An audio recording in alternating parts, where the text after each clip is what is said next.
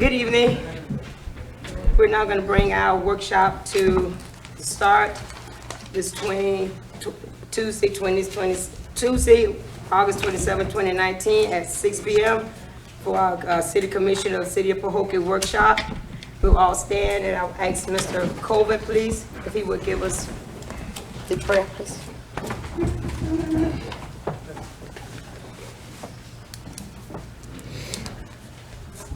Father, tonight as we come to this place for the business of the city to be done, we pray, God, that you'll give you'll give wisdom to our leaders, that they will conduct themselves in a way that will be pleasing to the audience, God, that we'll conduct ourselves in a way that will be pleasing to you. Let business be done in order, we pray, in Jesus' name. Amen. Amen. Pledge allegiance to the flag of the United States of America and to the republic for which it stands, one nation, under God, indivisible, with liberty and justice for all.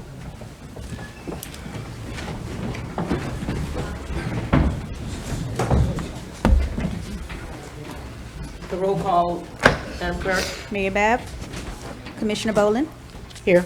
Commissioner Everett, Commissioner Hill, Present. Vice Mayor Mervin, Present. City Manager, Here. Interim City Attorney, Here. City Clerk is present. We know this time, this is just a workshop for the city of Pahokee. We're going to turn it over to the hands of the city manager, go if there's any topics that we may be discussing. Thank you, Vice Mayor, Commission, residents, visitors. Thanks for coming in this evening. We have a short agenda, but I'm sure we'll have some spirited conversations on this evening. So welcome to our commission meeting this evening. Mayor Commission, we have one resolution, Resolution 2019-36. That's a resolution to confirm our execution of our 14th Amendment, PVSO Law Enforcement Services. It comes before the commission every year around this time, once we have received responses on what our next fiscal responsibilities will be for law enforcement services here in PVS, in the city of Pahokee. So any questions on that resolution, Commission? Vice Mayor, Commissioner Boland, Commissioner Hill.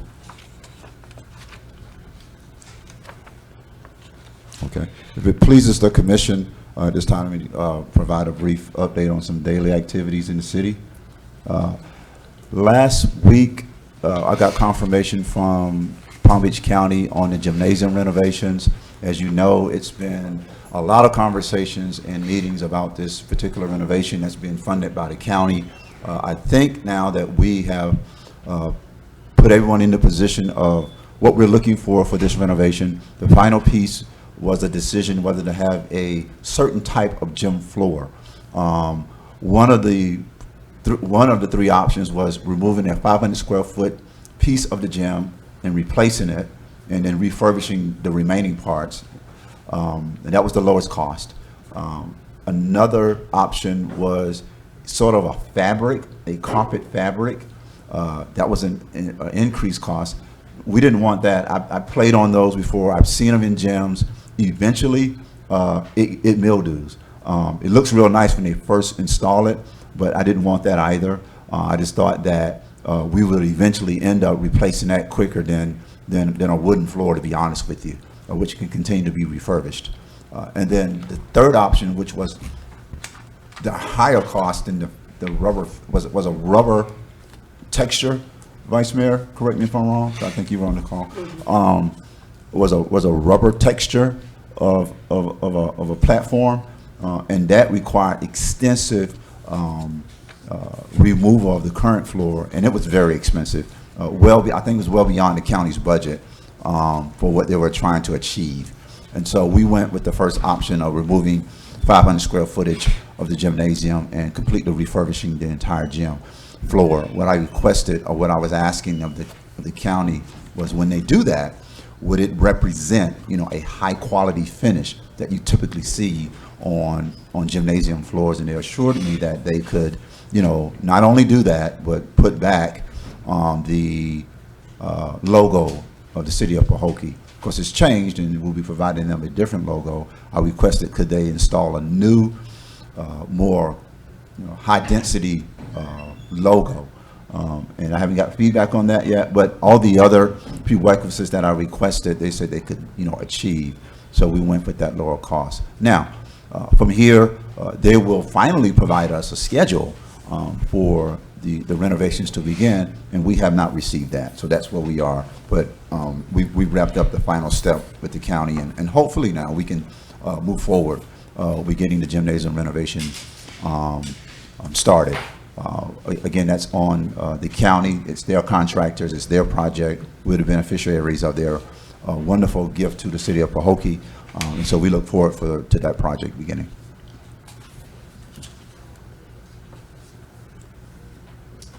Any questions on that, Vice Mayor, Commissioners? No.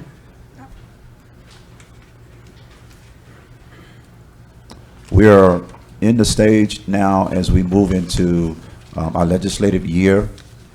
As you know, session will start in January as opposed to March because next year is an election year, a general election here in the United States. And so the state of Florida chooses to switch their legislative start date from March until January. So we have some priorities that we've already proposed to our representatives, Senator Gail Harrell, who is our state senator representative for this district, and of course Representative Pahokee, who is our state representative for this district. They are now aware of those legislative priorities, and they both will be sponsoring those on our behalf in the prospective chambers, House and Senate.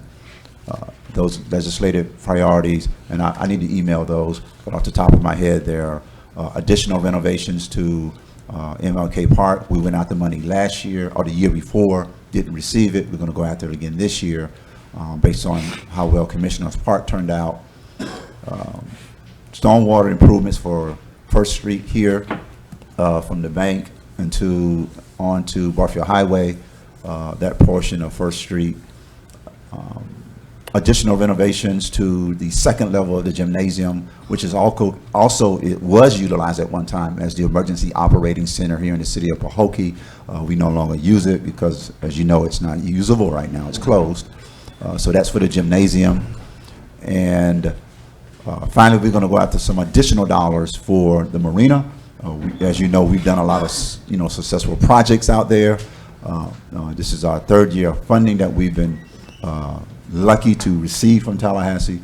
We didn't get anything in 2018 or 2019, and so that will leave us with no money as far as this next upcoming year. Typically, when you get funded in March and it's approved in April by the House and Senate, and the governor signs the budget in July, you typically see the money come down late fall, early, October, November, December. We don't have that this year, so you don't have a state-funded project at the marina occurring in 2020 because we didn't get funded. We weren't lucky enough to get any funding. But we made it a priority again this year for the city of Pahokee. Correct me if I'm wrong, I think that's $850,000 for marina improvements for 2020. The gymnasium is $900,000. MLK Park is $550,000. First Street is $660,000. Those numbers may be off, but I think I'm correct on those. And I'll send an email to that respect.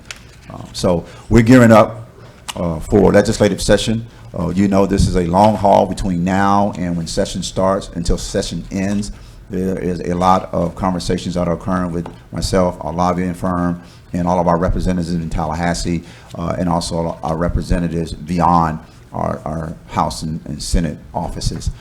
So it's a heavy lift this year. We hope that we don't get any catastrophes that affects the statewide budget.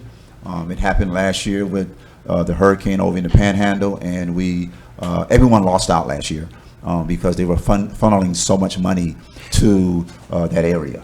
And so we hope, and then the year before that, it was the school shooting down in Broward, and they funneled a lot of money into school security. So hopefully this year we can skate beyond those catastrophes where some available dollars will be in the budget for municipalities throughout Florida. So let's just keep our fingers crossed that, we don't incur any, activity that causes the governor to move millions of dollars to other needed, areas of the state. So I'll be looking out for no issues in the state of Florida. Any additional questions on that, Mayor, Vice Mayor, Commissioners?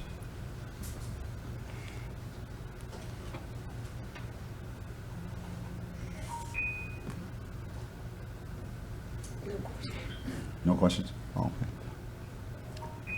okay. That's it for my report. If there's anything I need to answer or address, or you have some questions, I think we got some more time, Mayor, to go over a couple of things. Entertain it.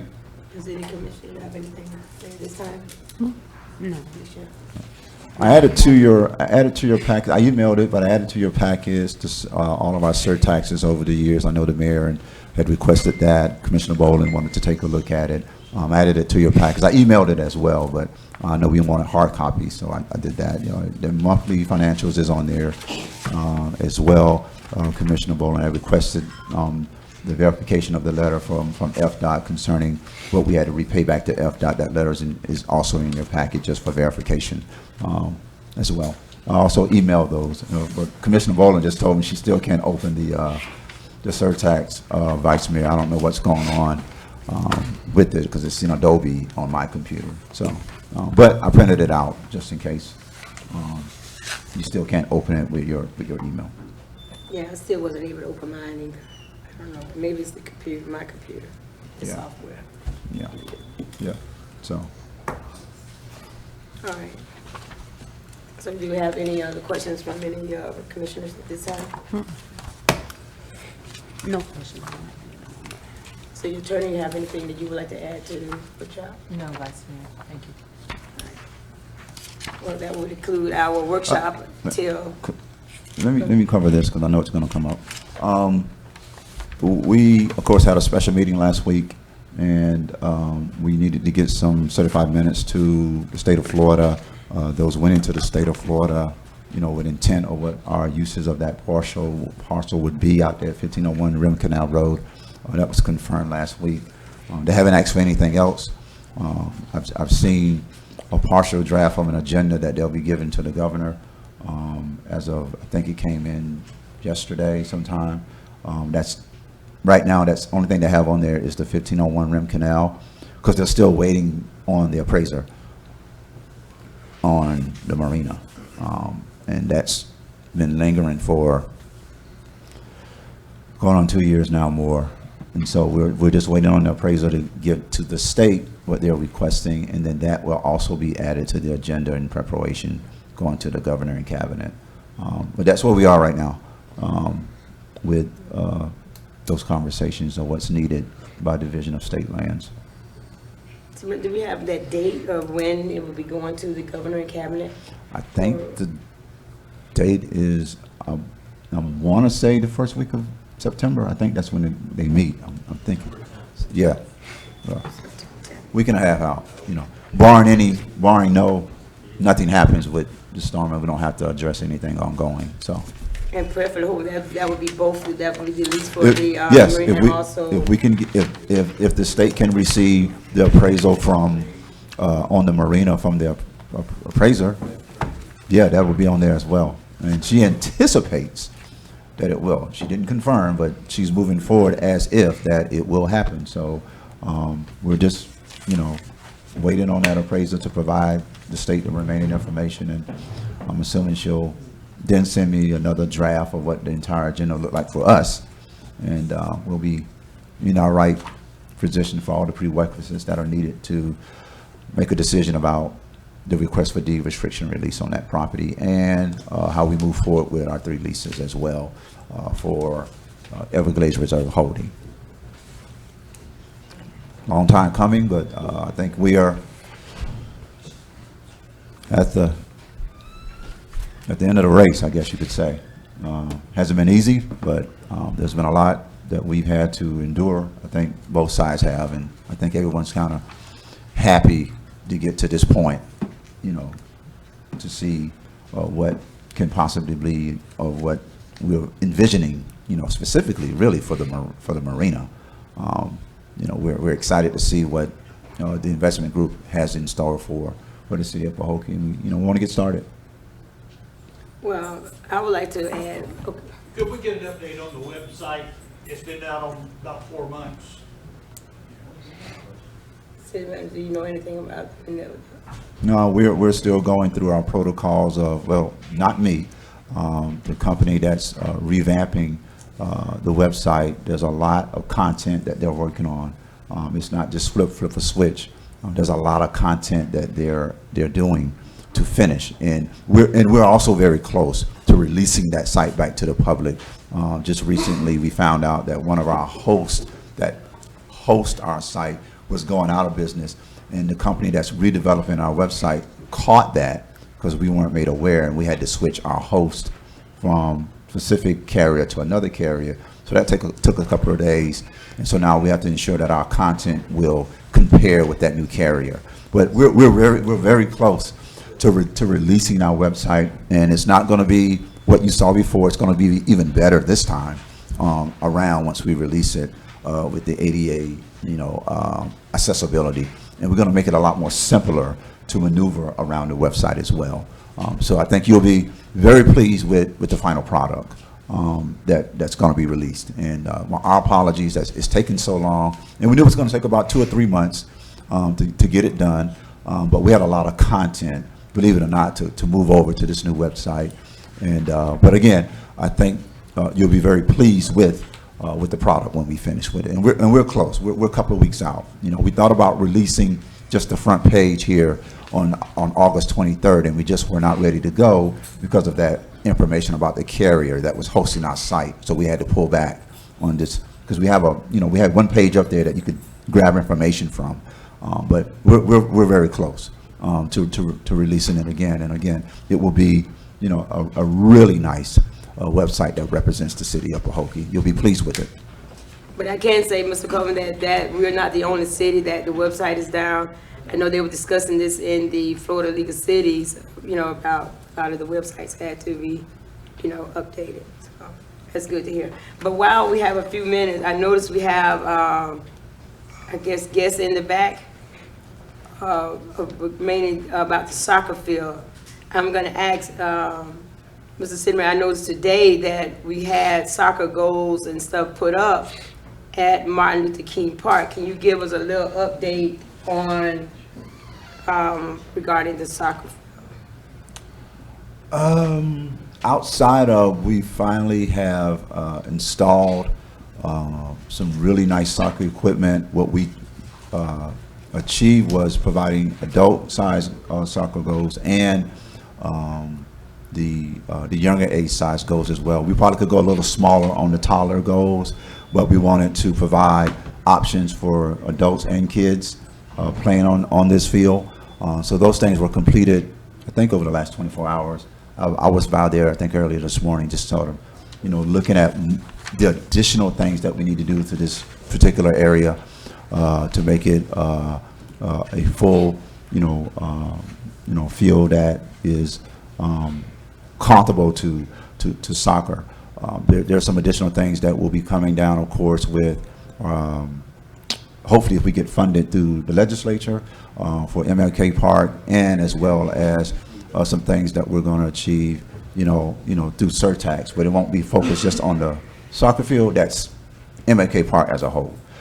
So what we're doing to that field is we're maintaining this ongoing, because we have to get it down to playing level for the soccer players. We understand that, they like a certain type of turf.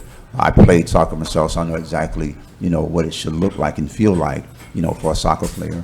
And so we're continuing to make it, acceptable to, playing of soccer. And right now, it's a playing field. It's certainly not artificial turf. And we know that there's, some comparison to how the football field looks versus, how the soccer field currently does not have, that pristine, cut edge, type turf. And we know that. But the fact remains, when we built that football field, it wasn't designed for soccer. We would have probably paid an additional, $300,000 to $400,000 for a certain type of foundation that we needed to sustain, soccer and football. We didn't do that with this particular field, and so it's not designed for that. And if we were to release it to that, you'd probably be maintaining that in less than 2 years, and you don't want to do that. But we feel what we've provided and what we plan to do, it's going to be more than sufficient for soccer play, for tournaments, etc. One thing I've noticed about MLK Park is, one, you got severely a lot more parking there than you have over here. We're not going to gate this soccer field, so it doesn't close at a certain time. You can play whenever. In addition to that, there were some conversations about safety, and I sort of looked at that when I was out there today, and I sort of looked at the law enforcement mapping that we receive on a monthly basis, because I wanted to really understand why someone would say they're not safe there. So when I looked at that, and I looked at the map that's provided by PVSO, and I looked at the surrounding area of MLK Park, you have a baseball field to your south. You have a daycare to your south. You have a church to your west. You have Pahokee Housing Authority to your west. You have an open field where housing used to be. East of that, you have some apartments, a lot of seniors and older residents living that part of the east part of those apartments.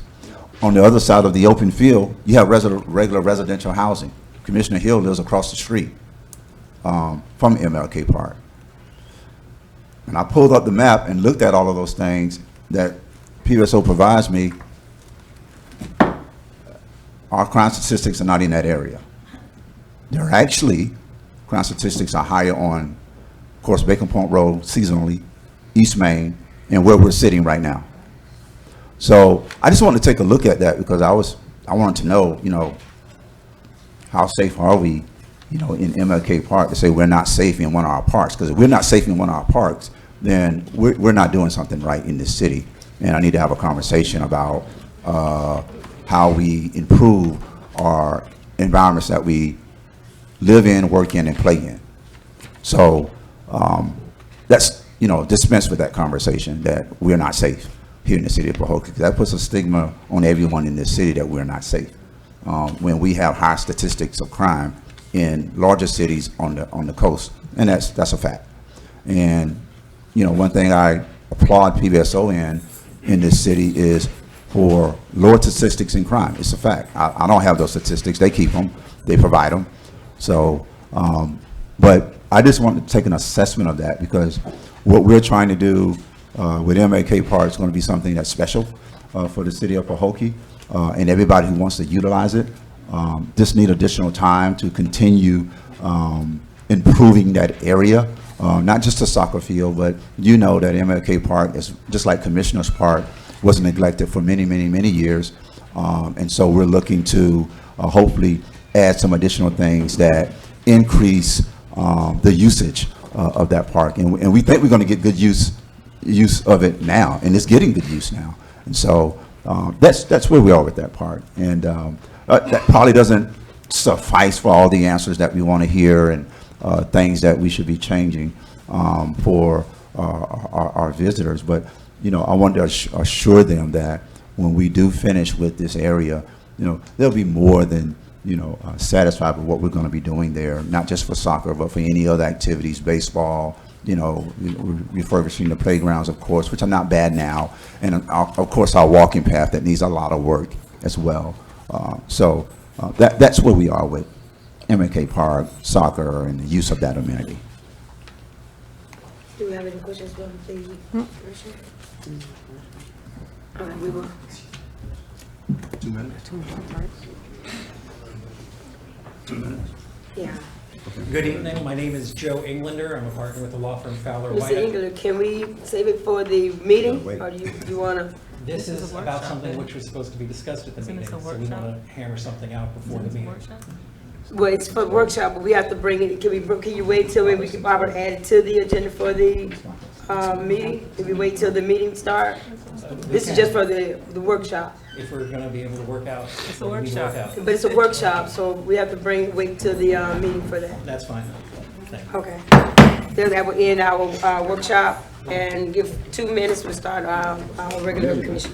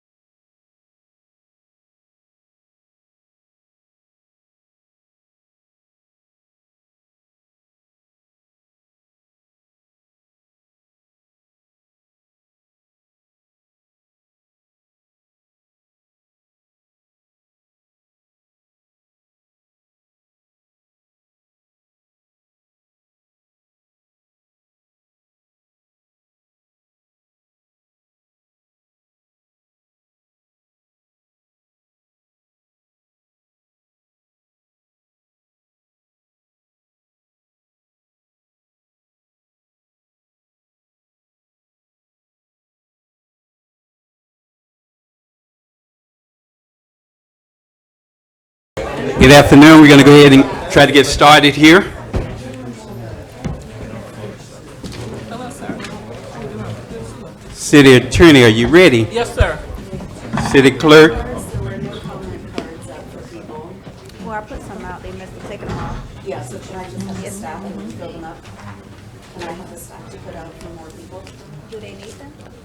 I don't know. You can take this. Should be there on the board. Well, there was some out. Okay, so are you holding on to those because they're special? Okay, because I can put them. Are you for ready, people- City No, Clerk? because we don't have comment cards for people to pick up at the front door, excuse me. I put them out. We have two, really, we want to have more than two. Okay, I'll make an announcement. Anyone who's want to make a comment tonight, just got a comment card right here. Okay. That was the extra. City Clerk, are you ready? Yes, sir. City Manager? Yes, sir. Commissioner Hill? Yes. Commissioner Boland? Yes. Vice Mayor Mervin? Yes. Sergeant at Arms? Lieutenant, thank you. I call this City Commission of the City of Pahokee regular commission meeting Tuesday, August 27, 2018 to order at 6:36. May we please stand for the invocation given by Vice Mayor Mervin, followed by the Pledge of Allegiance. Mayor, I'm going to relay this to Deacon Morrison, please. Heavenly Father, we come to say thank you this evening for giving us an opportunity to come to see about the business of this community. Heavenly Father, we ask that you direct and lead our leaders where to benefit everyone in this community. Father, we ask this through your holy name, we pray. Amen.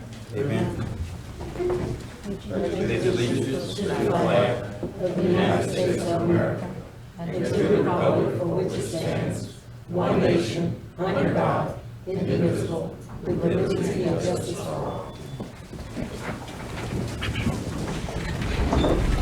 Roll call, Madam Clerk. Mayor Bab, Present. Commissioner Boland, Present. Commissioner Everett, Commissioner Hill, Present. Vice Mayor Mervin, Present. City Manager, Present. Interim City Attorney, Here. City Clerk is present.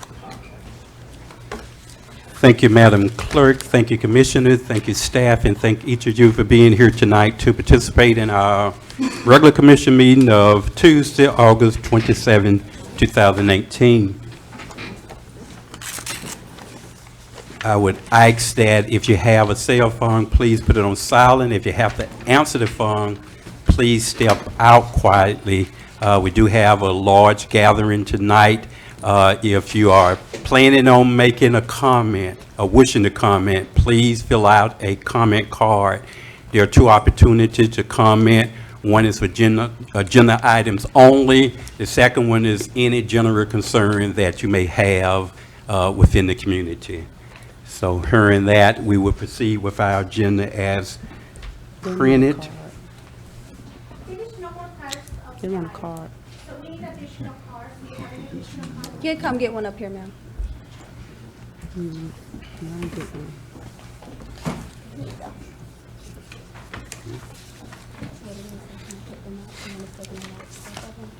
At this time, I will entertain a motion. Are there any additions, deletions, approval of the agenda item?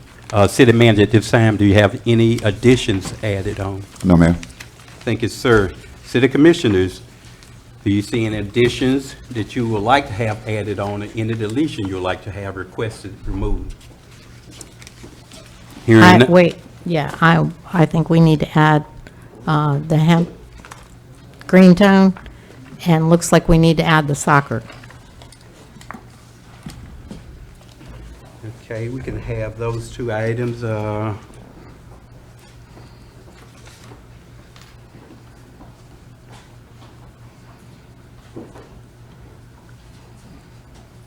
We'll put both of those on the new business. Okay. Yeah.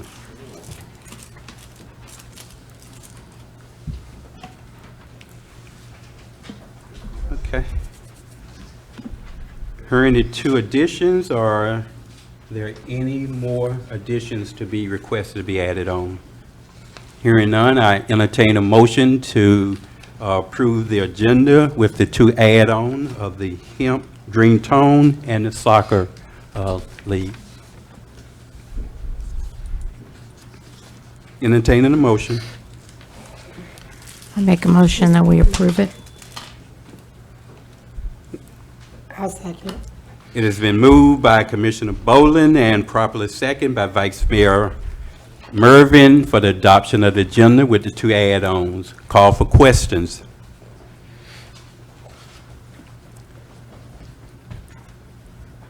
Let the record reflect that Commissioner Everett is here. Have a motion and a second. Call for questions. Hearing none, are you ready for vote?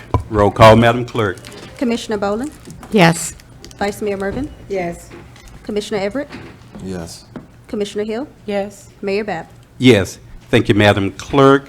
The agenda approved by a unanimous vote. Now we move to our citizen comments. Must be agenda item only. City Clerk, at this time, do we have any comments cards containing to agenda items only?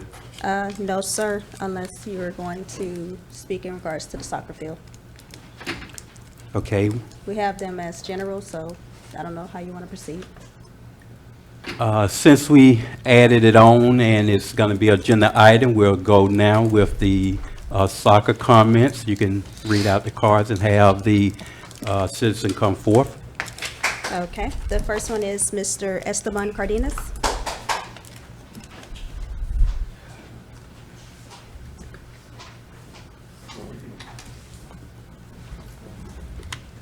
Good evening.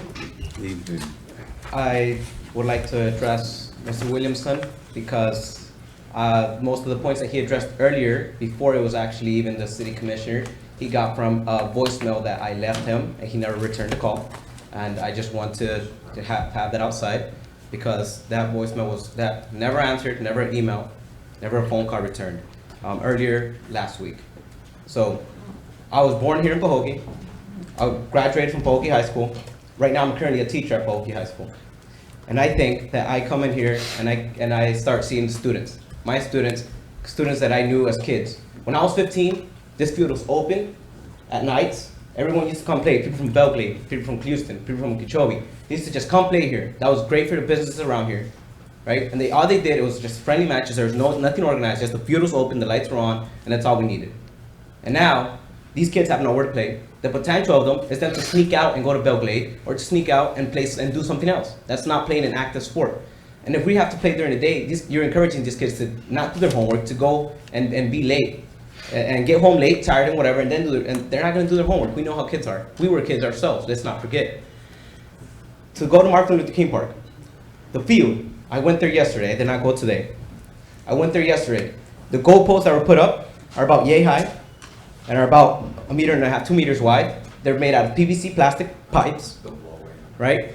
$50 to put them up. The nets were more expensive than the tubes, right? There's no fence, so and there's a street right beside it. So if you want us, kids and adults, to go out there and play and have the potential of being right beside the street and playing the ball and the ball running out, we're running. You want us to hold completely back with nothing to protect us, we're gonna run into the street. I'm not saying that cars are always gonna be driving by, but cars may be driving by. That's an unsafe place, and I feel like that location, and most of us feel like that location was put up intentionally just to keep our mouths shut. But we're not gonna keep our mouths shut. We want this problem resolved, right? We have a whole bunch of people. This was organized in less than a week. A lot of these guys have their jobs, a lot of guys have their schools, they're not able to come. If we need to organize more people, we'll have a month, it's fine, we'll organize it. What do we want? We just want the field open. This field should not be closed. We just want it open, want some goalposts put up there, the lights on. We just want to be able to come and play. Nothing organized, we don't want no city league or anything. We just want the field open for everyday use, right? There used to be a walkway, the walkway's gone. There used to be the park, now kids can't come play at the park. Just turn on the lights, right? Have the field open. Now, there's more officers in Martin Luther King Park, it's probably for a reason. Our statistics look better over here in Palm Beach County. Well, we have a smaller population. All right, of course we're not gonna have as much crime as in the coast. We have less population, obvious, right? I have 10 seconds left. I had 3 minutes. I couldn't address as much time as you guys had. That's all I got. If you guys could give me more time, I could keep addressing this. I could answer your questions, and I have a whole crowd, and we have a crowd outside that are ready to answer this. Thank you, sir.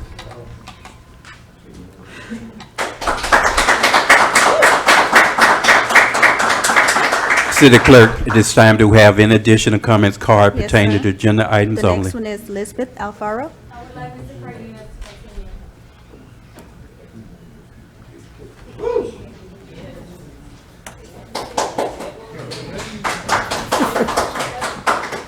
Now, I know that that field is trying to be renovated or planned to be renovated. That doesn't sound convincing to me, right? This field is renovated, and if this field would have been better to keep it crappy like it was before, we would have been able to play there. That's what we would have preferred, right? This field before had goalposts, and we were able to play there. That's all we really wanted, right? If it's renovated, fine.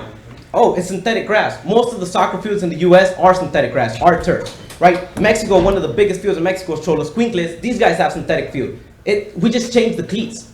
We just buy different cleats. That's all we gotta do. I bet you most of these kids are willing to change the cleats, right? I know before, I talked with Parks and Rec. He told me, go play at Martin Luther King Park. And I'm like, okay. I went and looked at it. I gave it a shot. I didn't just shut him down. I gave it a shot. I went, but I just laughed. I couldn't help to laugh. Most of these guys couldn't help to laugh, right? It's okay. We don't feel safe. Our parents know about that area. Our parents are from Pahokee.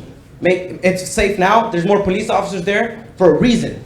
That's why there's more Palm Beach police officers, sheriffs there. They're there for a reason. They don't need to be other places. That's where they need to be. Why was the traffic light taken off? We know why it was taken off.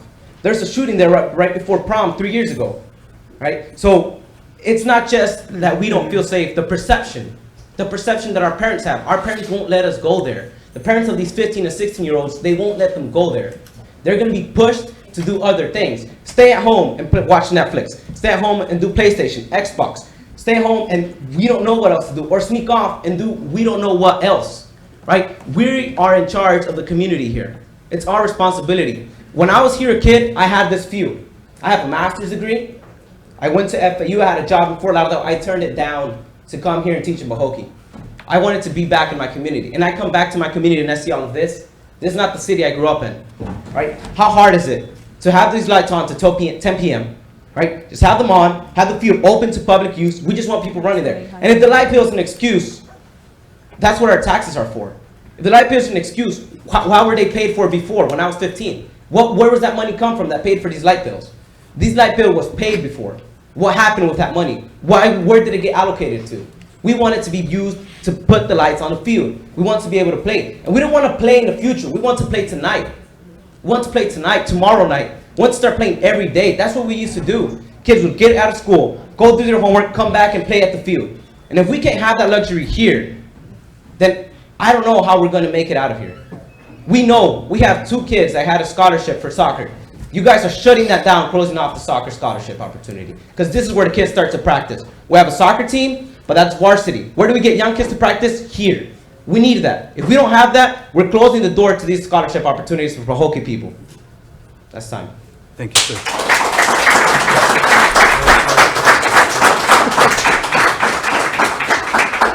City Clerk, at this time, do we have any additional comment card Yes, pertaining sir. to agenda Next items? one is from Mr. Angel Hernandez.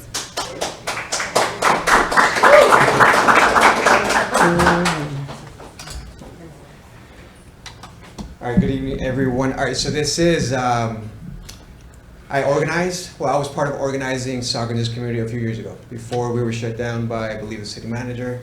That's what I was told from I guess he's a previous Parks and Rec director.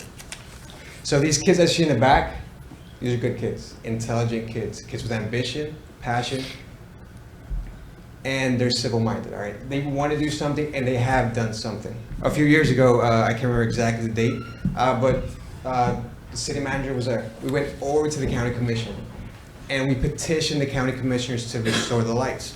Why? Because the city didn't have the money. It was about 12 grand. The city didn't have the money. Where these kids went, they were like 9th grade, 10th grade, even middle school students. They got the money, and that's how they restored the lights a few years ago.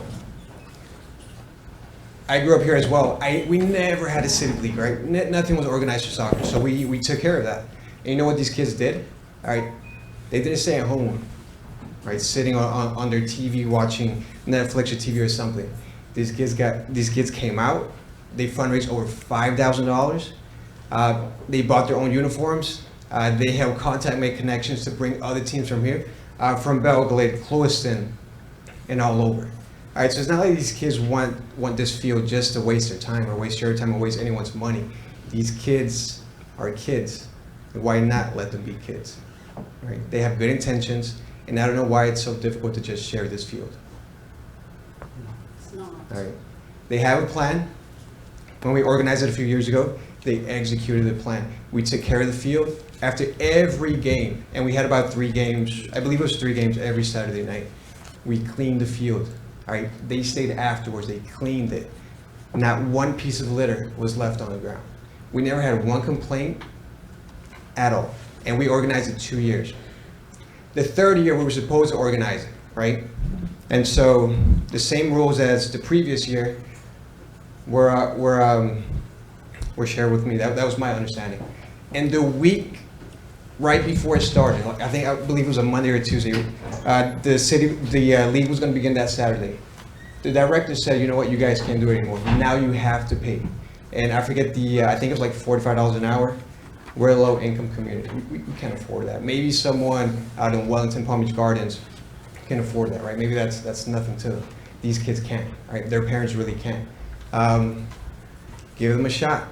Let's share this. I mean, we've worked with the Palm Beach Soccer Academy, which is over in Palm Beach Gardens, and Coach Gary Walker, he helped us organize. I mean, he provided balls, he helped with uniforms, fundraising, and he even allowed us to participate in his tournament over in Palm Beach Gardens for 2 consecutive years. And that's something we don't get here, right? We just don't have that privilege. Just Thank you, sir. Thank you.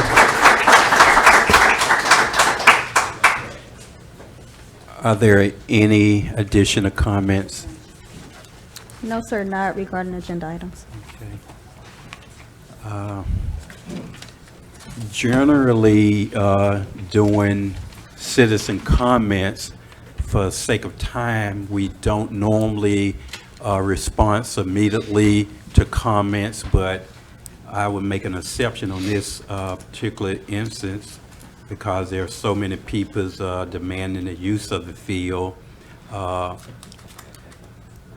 quite sure the city manager may have kind of spoken during the workshop session, but if it's not being put on the spot, city manager, could you just kind of give an overview of what you have done to try to accommodate this particular league of soccer players, and what your plans are maybe going forward to see if there's some medium that possibly we can reach, even if it's not a daily use, maybe for tournaments, maybe for different events that they can actually utilize the field. I'm not sure what the answer would be at this time. It's kind of a last minute request, but I would just like for you to just give a brief overview of where we are and where you think we can go to continue to work on accommodating them somewhat. Thank you, Mayor. Yeah, you were coming in on our workshop when we were talking about this in the workshop. Couple of things. I got to go back to the first response that we only have the PVC pipe. Those are for the younger age kids. That's how we ordered it, very sustainable. I think you probably need to go back out there now because we've installed all the aluminum steel adult size goals since I think about 11 a.m. this morning. They're there. I actually got pictures of them. So you actually have the standard adult size goals installed today. They were working on it in the warehouse all last week, and they just pulled them out today to install them. So you not only have the smaller youth soccer goals there, you actually have the standard steel metal 21 feet by 8 feet tall goals installed as of today. So I don't know what time or when they went out there, but all that was done today. So maybe they went when they put out just a smaller size age group goals, but all that was achieved today. As far as, I can't go back over safety, that's up for interpretation, so I'm not gonna even mention that. I wanna go back to, this is a playing field. I've been on that field. Other coaches have been on that field. This field is larger than the field over here that we have for soccer as far as the length in it, as far as Please, audience. as far as our current football field. No, I'll put it to the side. When We're we not taking any more. Thank you. when we decided to repair our current football field, we had some options. We had some options to do a football field / soccer field. Of course, it would have been a lot more expensive to do that. Sir, you're out of order. please allow the city manager or whoever's speaking. We do give citizen opportunity to speak. This time it's our staff time. So the decision was made that for affordability costs, we knew that we could afford a football field for this particular facility here. This football field, as I stated in the workshop, if we were to try to convert it to a cross-use of ongoing soccer and football, you would see a degrading of this field quicker as opposed as if we were to purchase one for about $1 million, and we didn't do that. We took the route of installing a football field that is sustainable for that sport. Now, you're welcome to put soccer out there, but I can assure you it will not last because of the cross-use with football and soccer. It just wasn't designed for it. We knew that going in when we got the football field budgeted. So we started looking at, the full uses of MLK Park. And we chose that site. One, it's a good site. Two, we know that there's some additional things we have to do to that particular field for soccer. We also know that where it's located provides, open play where there is no fence. And I say that is because that field does close at 8 o'clock when staff leaves. Parks and Recs closes at 8 o'clock. And in addition to that, when we were having cross sports on the grass field, it's not mentioned here tonight, but we had a myriad of issues at night with this field being open. Not saying it was caused by soccer, because it was never proven as such, but we realized that at 8 p.m., for liability and for safety of the facility, those lights went off because you had folks across the street complaining that the lights were on all night. If the light box wasn't being, tampered with to stay on at 12 o'clock at night, we finally got a lock on the box to stop that. But there are a myriad of issues that were connected to that sport at that time. Now, so moving soccer to MLK Park, which everyone is claiming is unsafe, we've taken a look at that. We've, assessed, some of those possible if a ball rolls out up the hill, because the soccer field sits at 3 feet below the actual street. 3 feet below the actual street. It sits below 3 feet. You would have to kick that ball up the hill and across the street. Okay, what's the likelihood of that? It might happen. But we looked at that, and we realized that in the future, moving forward, to prevent that ball from rolling across the street, we got to put a fence on that sidewalk that scales the entire length of that soccer field. So we realized that. So because that's a potential to happen. We know that. It's not gone unnoticed by us, and that's something that we plan to install there. In addition, to keep the ball from rolling up off the field, up the hill, across the street, and keeping the kids safe. So it hasn't gone unnoticed. But we've done enough that we feel that this is a good playing field right now. It's not the best. It's not the best. I mean, I've seen some good ones in Wellington that don't have any lights. They close at 8 o'clock. And I see the tournaments that start at 7 a.m. And it's not uncommon to have soccer fields with no lights. It's all over Palm Beach County. Did we have one here before? No, you had a football field here before with lights. And now you got a new football field here with lights. I will agree that we need to do a lot more to ensure that this field is amendable for soccer play, and to not appease, but to ensure that we're providing the right amenities for everyone. Is it perfect? No, it's not perfect. The field's not perfect. We know that. But as I mentioned before you came in, through some additional funding that we plan to achieve, through some surtax dollars that we know there's some additional things that we can to do to this field. It won't happen today or overnight, but we feel it's comfortable enough to play on, and I just like try it and see what happens. if you go out there. Just try it, because we just put up not only the miniature goals, but the adult goals as of today. Let's see what works, and let's see how we can improve the field for play. But that football field that's out there now, that turf, again, was not designed for soccer. Now, if you wanted to design for soccer, we're gonna have to go find another $300,000 and redo the entire surface and foundation to make it that sustainable for cross sports. That's just where we are. Again, we had that option, and we just didn't have that amount of money to do, a development for a cross-use field of this nature. Just don't. If we did, we would have added all the soccer lines. We'd have put in, 3 to 4 more inches of the rubber, the sand, a higher content of the type of grass that's out there. We would have installed all of that, and we didn't, because we didn't have the money to do so at the time. And we knew coming into that at some point this conversation would, come before us on how we can improve providing amenities for everyone in the community.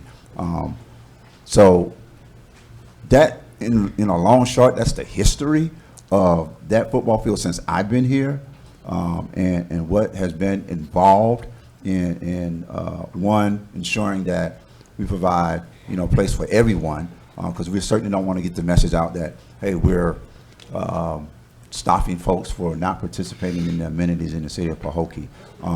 We're looking to ensure that when we are finished with that soccer field, it'll be something that everyone can say, yeah, this is a place where we can play. It's a place we can play all the time, because I'm not going to put a fence around it, at all, because it's open play out there. I don't want to do that to the soccer field. Football fields are, it came with a fence, so we installed a fence back on it because it was just dilapidated and just didn't look good for that new field. But I think the soccer field that we've created, again, it's not the best, and we know that, but we're going to continue to work to make it usable to the point where they all can be proud of it. I wish, we could do more immediately to that field today, but just give us some time, and trust me, we'll get it right, for full soccer, a place where you can be proud of, if you give us that opportunity. Thank you, City Manager. Can I ask him a couple of questions while we're talking about it? How are they going to play at night in the winter when it gets dark at like 5:30, 6 o'clock? Well, Commissioner Boland, when it was winter out here, But they had the lights out here. those lights went off at a certain time. One, because we had to turn them off. Two, when Yeah, staff but went, I'm saying that's 8 o'clock, so that gives them from like 5 to 8 or whatever. That's 3 hours. Right, That it I gave them agree, to and we- play. and we- They got no time to play now. I If it gets dark agree at that. 5:30, they don't get out of school till 3. How are they going to play? I agree with that, but again, that's something that we took into account moving forward and realizing that we weren't going to have the money to install, expensive So then they lights at the can't other play. part. This Well, is they a can't this is play at, a moot after 6 point, in o'clock. my No. opinion. I don't think so. How are they going to play? Tell me how they're going to play. I don't think it's a moot point. The fact remains, this field wasn't designed for that. We knew that. We knew Whether going this in field is that- designed for it or not, where you're talking about putting them, we have no lights, we have no fence. There's a sidewalk that runs right alongside that field, in case you haven't looked. Right, I And as addressed soon that. as somebody runs and trips and hits their head on that sidewalk, we're going to have a problem. Why would someone be running and hitting their head on the sidewalk? Have you ever No. played soccer? Because I have. Commissioner Boland, I played soccer.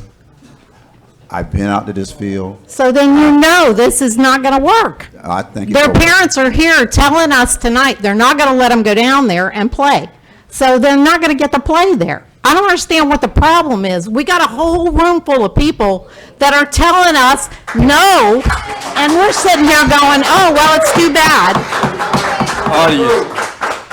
I know this is an emotional subject for a lot of folks. I agree with that, but we have to have order. That's one of the reasons we don't entertain questions sometimes, because it interferes with us continuing our agenda. And We're I do trying to give you the apologize. opportunity to express your thoughts, concerns, and opinion, but we have to do it in an orderly manner. Okay, You're I out of have order. one more thing. You out of order. myself, but you will hear what I have to I don't mind you Well, it talking, but doesn't- you cannot, These children want to play soccer tomorrow. ma'am. Have the option You- of you- seeing them on that field You, tomorrow. you out, you I am out of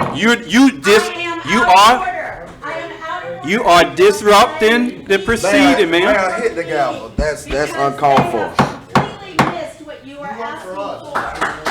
That's uncalled for. Uncalled for. Hit that gavel. This, Uncalled for. sir, you got to order with that outburst. Can I ask the city manager, is there some way that these kids can play soccer on this field until that field down there is completely done and safe and ready for them to play on? Because as far as I hear, the only thing I heard is it's going to shorten the amount of time that this field's going to last. But in the meantime, these kids have no place to play. Commissioner Bowling, I disagree with that, first, because they do have a place to play. If you're asking, should we wait till we find more money to make this, you know, state-of-the-art soccer field and allow them to play on this football field immediately, I would have to disagree with that.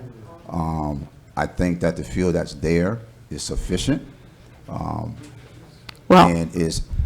I know. is- Okay, So- I make a motion that we let these kids play soccer on You this can't make a field motion on over here. day-to-day activity, Commissioner Bowling. Can I talk? Can I say something? Is it the commissioner's time to talk?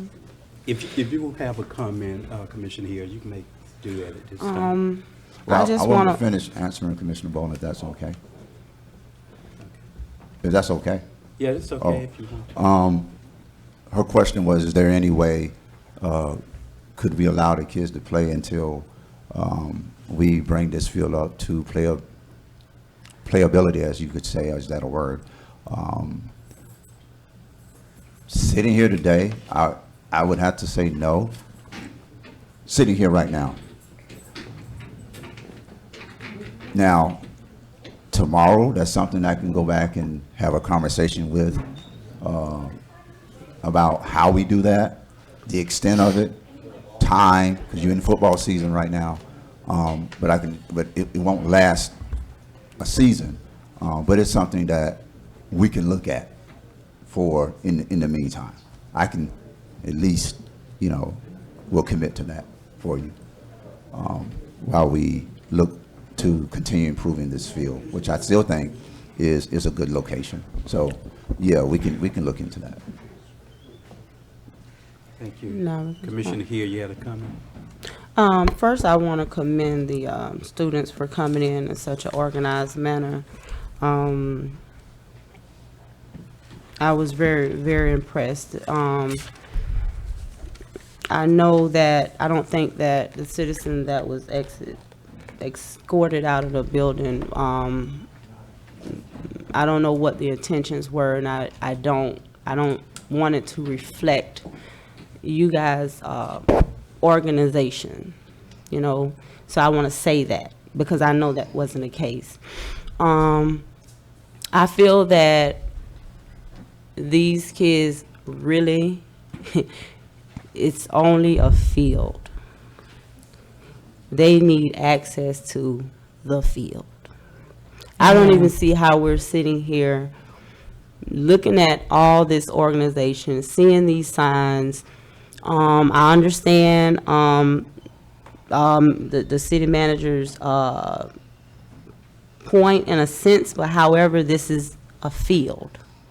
The same cleats that's going around with the football, the same cleats going around with the soccer. They're just kicking. I mean, I'm trying to figure out what's the rationale behind them placing them, making them come off the field. I walk at night, every other night in that Martin Luther King Park. And I did look over and I saw some goals out there, and I'm not gonna lie, I honestly thought that some citizens just put some goals there and they was just playing in the grass. I gotta say that. I can't sit here and put in my head and fake this. I think it is sad that we are sitting here in even allowing this. Chandler, no disrespect, but I feel if the commission say, and we put a motion for those students to go back, or these kids to go back on the field, they're going back on the field. Amen. That has nothing to do with city business. That's right. It's not day to day. So, I meant, well, day to day, I'm sorry. Now, let me say this, and I hope this doesn't get too many people uncomfortable, but if this was us putting those football kids, and my nephew is on those teams, That's right. we would have a problem. That's right. Oh, we would. We would have a big problem. And I have family members just like this. Even if it wasn't, it's not right. And you all know this is not right. It's only a field. Give them access to the field. Put a timer on the lights. Why are we sitting here doing this? Put a timer, whatever the issue is with the lights, put a timer on the lights, guys, or whatever time we leave the field. And I gotta be honest, I've been up here quite a bit. When they leave this field, they never leave this field a mess. Yeah. You don't even know people been out there playing. So I don't know what the problem is. I don't know why we're even sitting here going back and forth. We should have, when we saw the problem, we should have immediately said, no, allow them access to the field. Amen.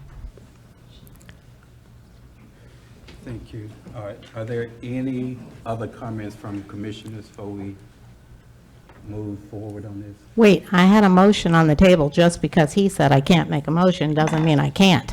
Yeah, you made a motion, it just hasn't been second at this point. I didn't think you called for a second. I don't call for a second. Once you make a Oh, motion. I'm yeah, sorry. It's Yeah. just automatic. So should I make the motion again? You need, if we haven't, see how they You feel made a about it. motion. Okay, never mind. Any other commissioner have any comments at this time? I would like to say that I do. I would echo the sentiments that Ms. Hill made with regards to commending, because at the end of the day, it's all about our children. And so I would love to commend our young people for coming together. And I think you are a testament and a witness that if you believe in something, you fight and you stand for what you believe. And I think that is the beauty of America, that we have a right to protest for what we feel is right. And I think you all are an example of making your voices heard. I think we somewhat put the cart before the horse, as we would say, when looking at this field. I wasn't a part of the commission at this time, nor was I in the community to see how important soccer was to a particular community. And so in planning surtax dollars, if the field was not friendly to both football and soccer, I think we should have went to the drawing board to consider that. I don't know the nuances with the field, those things that I'm not an expert in. I try to listen and to gain insight. But from a layman point of view, cleats are cleats. That's just me. You may not do a lot of kicking with football, but you do kick punts and field goals. So, you know, I'm trying to work in my mind, because to me it's beyond adults. You know, when it comes to children, it takes on another, you almost got to be heartless to look at children and tell children no.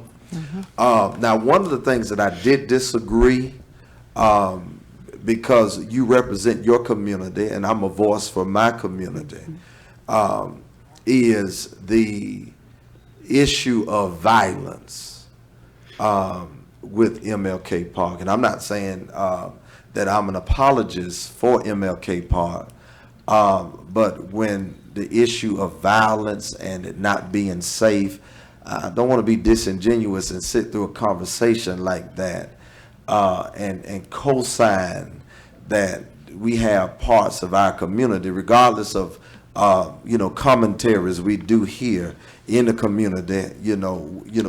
I just would like to believe that we're a community of civilized people. Do we have our issues? Yes. But just to say that we have issues with violence, I can't recall, the last shooting we had in that area. I think it was Easter about 3 years ago. But it's not like that's a commonplace for us in our community. So I don't want to co-sign that. With regards to MLK versus, I don't want to get caught up in that. But I did want to clear that up. I just wouldn't want to subscribe to that meaning that I guess what some people want MLK Park to represent. But I think this commission needs to definitely give ear to our young people, because like I'm saying, I'm putting adults out of this. You have children here. And I think they deserve not only to make their voices heard, but I think they deserve to see the people that represent them currently to really take in consideration their complaint and their request. I think it's worth being heard. It was you all are an example. And I wished we had you all back some years ago when the pool was covered up, because a certain community was about to come and swim in the pool. You are definitely a living example. And I appreciate your willingness. I know some people don't like that kind of conversation, but it's true anyhow. And I'm glad that you all stepped up to the plate. So with that being said, I'd like to second Commissioner Bolden's motion to immediately give them access back to the soccer field, football and soccer field immediately. I second that. We have a motion by Commissioner Bolden and properly second by Commissioner Hill that we allow the soccer, community soccer program to utilize the new football field. At this time, I call for questions, comments. Mayor, if this was to pass, would lines be drawn, or just need the goals, or? You would just need the goals. The lines are built into the fabric itself. If we were to design a football field / soccer field, and you see them all over the country, artificial and grass, the lines would have been built into the fabric itself. But our soccer players don't need those. They're real good soccer players. They played on that field when it was just grass, and they know how to play soccer on a football field even without the lines. So, but if we were gonna have it cross football soccer, you would have to have the lines built into the grass already. So that's not an issue. We already have the goals beyond just the PVC pipe. You've seen that. We got the metal goals actually installed today.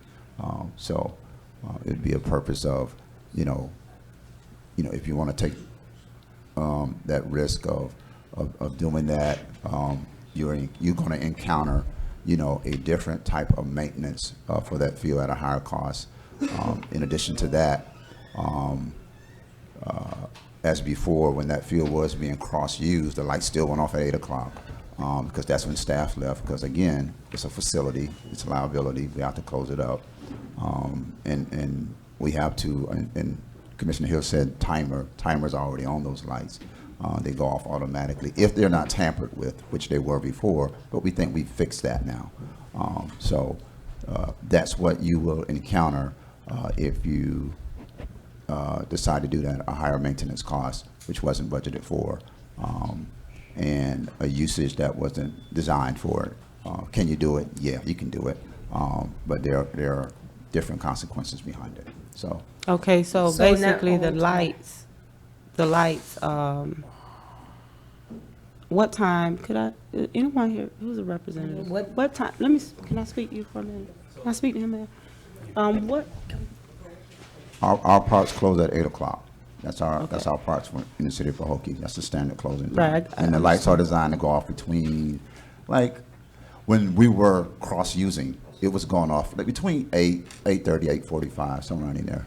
what time were the lights? Do you When have? I and some of the older guys here used to play, the field the lights were never off, right? Okay. And we don't issue that. We understand that light bill, right? Right. But we do know that these kids, if they do after-school activities, they get home at 6.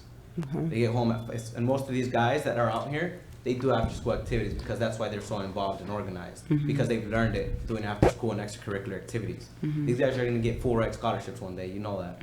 So if they're going to be involved, we would like this field. I would say 10 because I bet you we'll have people out here until 9. And if it's already a timer, I don't know how it would be an issue. It would just turn off at 10. If we can't get 10, right, propose a time, and I won't decide, right? It's a democracy. We'll let the people decide. Yeah, you can't do that because this facility operates well beyond just, hey, let's just play the 10 o'clock. There are a lot of things that's going to go into that. And as I mentioned before, when we had the lights on very late at night, we incurred a lot of liability issues. And so we agreed at that time when soccer was being used on that field that when those lights went off, everybody went home. And those lights went off between 8 and 8:45. And that's when staff went home. That's a liability when you have someone here beyond closure of this facility and something occurs. So, and that has always been the agreement, and that has never changed. When we were cross-using it for football and soccer. And if you're going to go back to doing that, I think that's the safest way to prevent any other higher liability activity to occur for the city. That was, we never had an issue with that before. When the lights went off and the timer turned them off between 8:45, there was no issue before. And I think if you're gonna make a motion for this to occur, then we need to, at least continue that standard of operations for liability safety. So, The reason why I just say about the lights, because you gotta be conscious of, you have residents And you that got do residents that live, complain. Right. on the other side, That's why I was just asking about the time, because we do used to get complaints from the residents that they have to work in the morning, and these lights I are, understand. so I that's why I was just understand trying to about the find a residents. middle ground of the, Do I So- have to talk, or I don't know. Okay, I understand about the residents. What do we have out there? 5, 7 houses, right? no, we have a No, whole community those right lights there go all the that- way into those flame, all those folks were complaining about those lights. Again, right? I haven't talked to them. I don't know. It would be unfair for me to judge, right? But I do know that my father works night shifts. My dad, he's been in Pahokee since I was born here, so he's been longer than my age, about over 20 years, and he's been working night shifts since I can remember. And I know his solution to sleep during the day, right? You get dark curtains, right? Dark curtains at Walmart cost $10. Right, you get dark curtains, nothing goes in that room. I'm not saying, I'm not saying that that's the solution. I'm just saying that if these guys are saying that are complaining about the lights entering the room, that's I don't know if that's a city issue or I don't know if that's a household issue. No, that's an issue that we incurred from many residents in this community adjacent to the football field, and that's being respectful to residents. And it's not about And this dark is being respectful curtains. to residents. Everyone doesn't work at night. That's something that we took into account. And again, Commission, when we were cross-using it, there was no issue with the time of the timer going off between 8:30, 8:45. It was always not an issue. So it was never an issue. Okay, so is it any way we can negotiate a time for the lights to go off at 9? 9 o'clock is, I don't answer, they answer. Okay, okay, 9. Yeah. okay, they said 9. This is a city park. You would have to have some negotiation. Not only that, you can open up a Pandora's box too. If other groups, no matter who they are, decide to play on that field, we have to give staff some time to work out some type of system, some type of schedule that will accommodate everyone. But again, I also commend this group for coming forward and the courage it take to try to get your desires and points across to a commission. But one of my first questions I ask when there are a controversial decision that being made as far as enforcement of a policy that we have, are there any alternative to that concern? And even the city manager have stated Martin Luther King Park for soccer may not be perfect, but I think we need to at least attempt to use it. Even the safety concerns, if there's an issue there, we can always come back and say, you know, we tried this. This is not working out for us.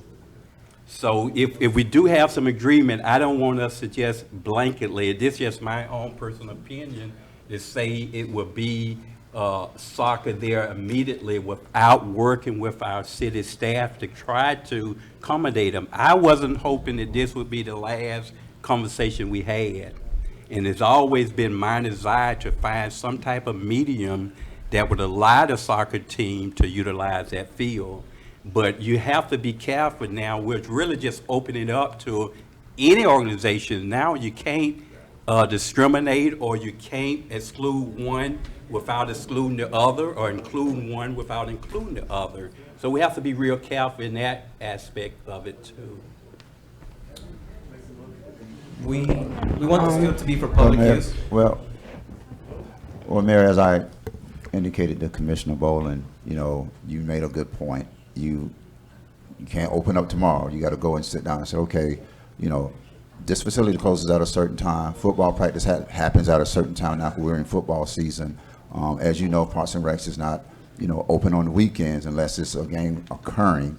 How does that look as far as scheduling is concerned? So you have to take that into account. And right now, as you know, you have a city football league that's in full bloom right now until what, November.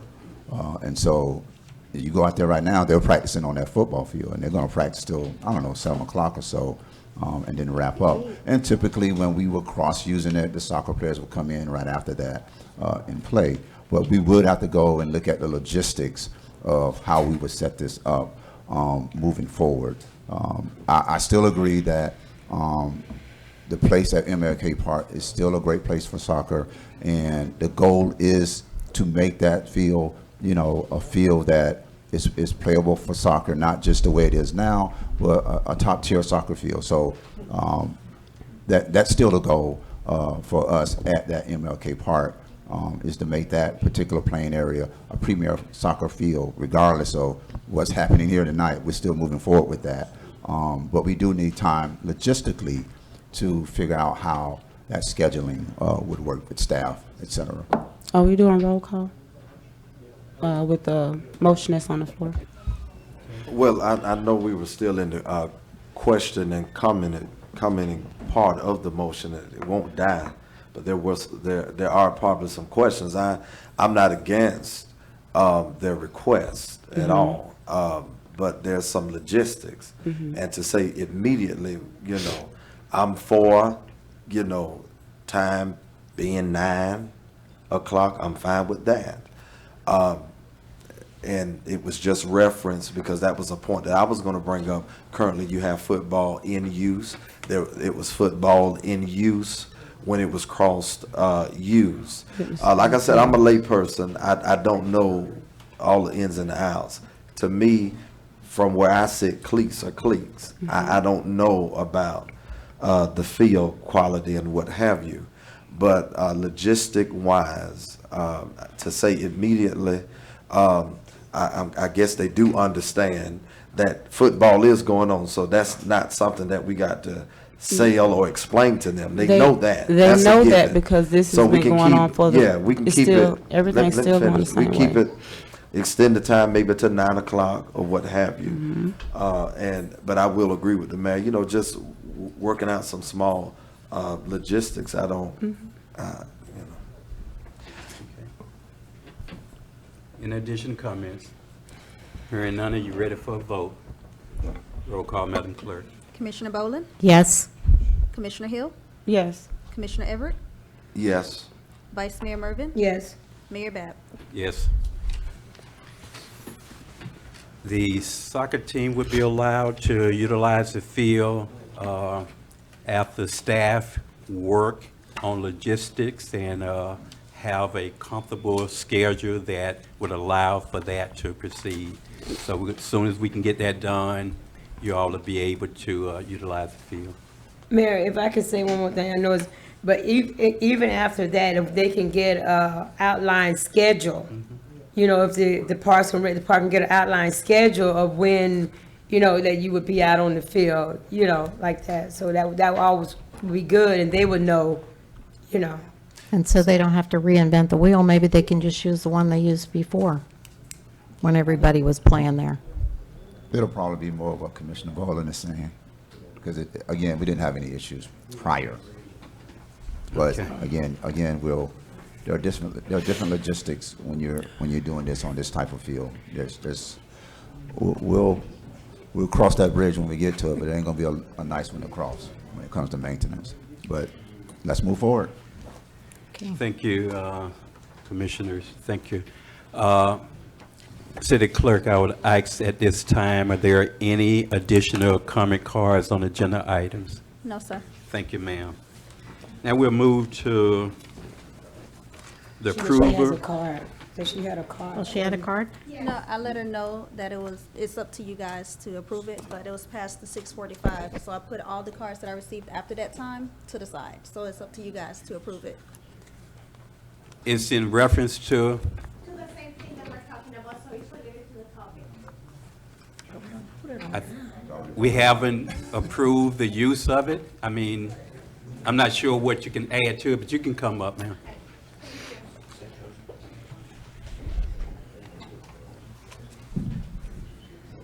My name is Veronica, and I'm also here from Pahokee, and I'm also here to share my concerns about the field. I don't know why I feel discriminated at this point. I used to play all the time, so now I don't know why it's closed. Why not just leave it open for all of us to play? I used to play sports, and I like sports. I used to come and play basketball. I called the city several times to share my concern and be like, why can't we have the lights on so we can play after work? You know, the children want to play. We want to go to the park, walk, and do all these activities after work. But now there is no place to. When I'm not going to the Martin Luther King Park because I feel unsafe. And if I feel unsafe, I'm not going to take my kids to a place that I feel unsafe. And in behalf of everybody that is here, they also feel unsafe to go to the Martin Luther King. Why we cannot play here when all other people is playing here? Why now we can play here? If they are playing here, other people is playing here, I feel that we also have the opportunity to have the door open for us and play here too. Why we have to go to Martin Luther King and play over there? Why we cannot play here as well? Ma'am, we just approved, this commission unanimously approved to allow the soccer team to utilize the field out here. We just Okay. approved that. Okay. You know, I wanted to share my concerns, but I didn't have the opportunity to go to that. I wanted to, you know, share my concern as well. Thank you.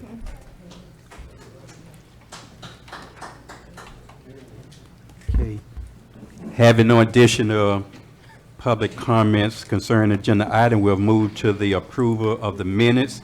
We have several minutes, actually we have 5, the July 22nd, 2018 budget workshop minutes. We have the July 23rd, 2019 commissioner workshop minutes. We have the July 23rd, 2019 regular scheduled commission meeting minutes. We have the August 12th, 2019 final budget workshop minutes. And we also have the August 21st special meeting minutes.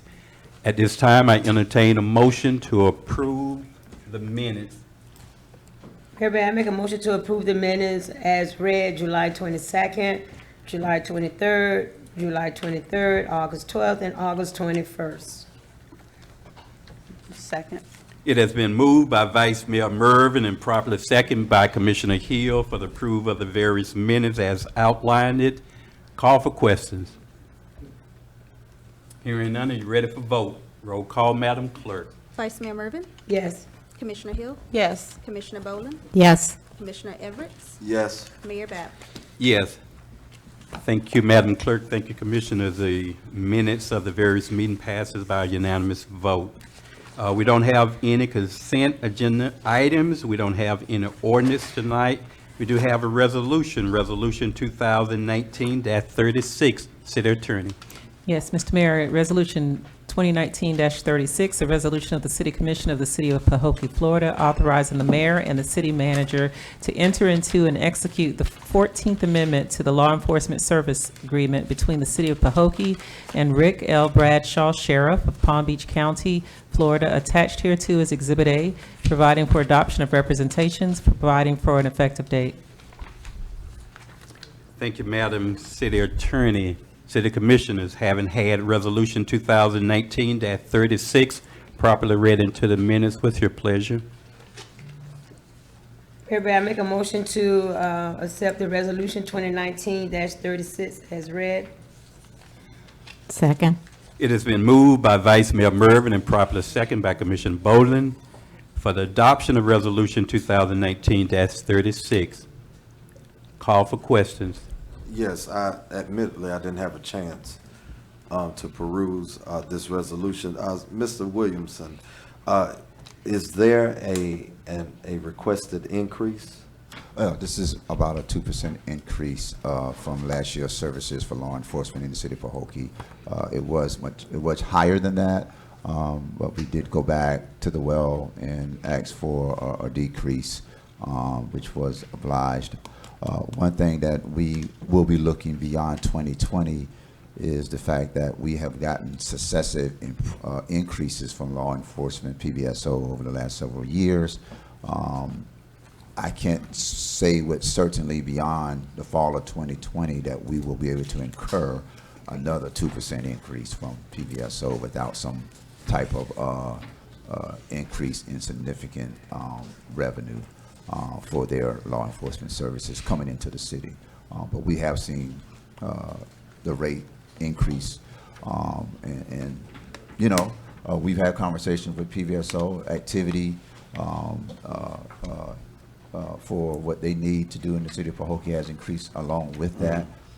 It's an attrition rate that occurs, as we all know, but it was higher than that. It came back down to, I think it was about 1 point.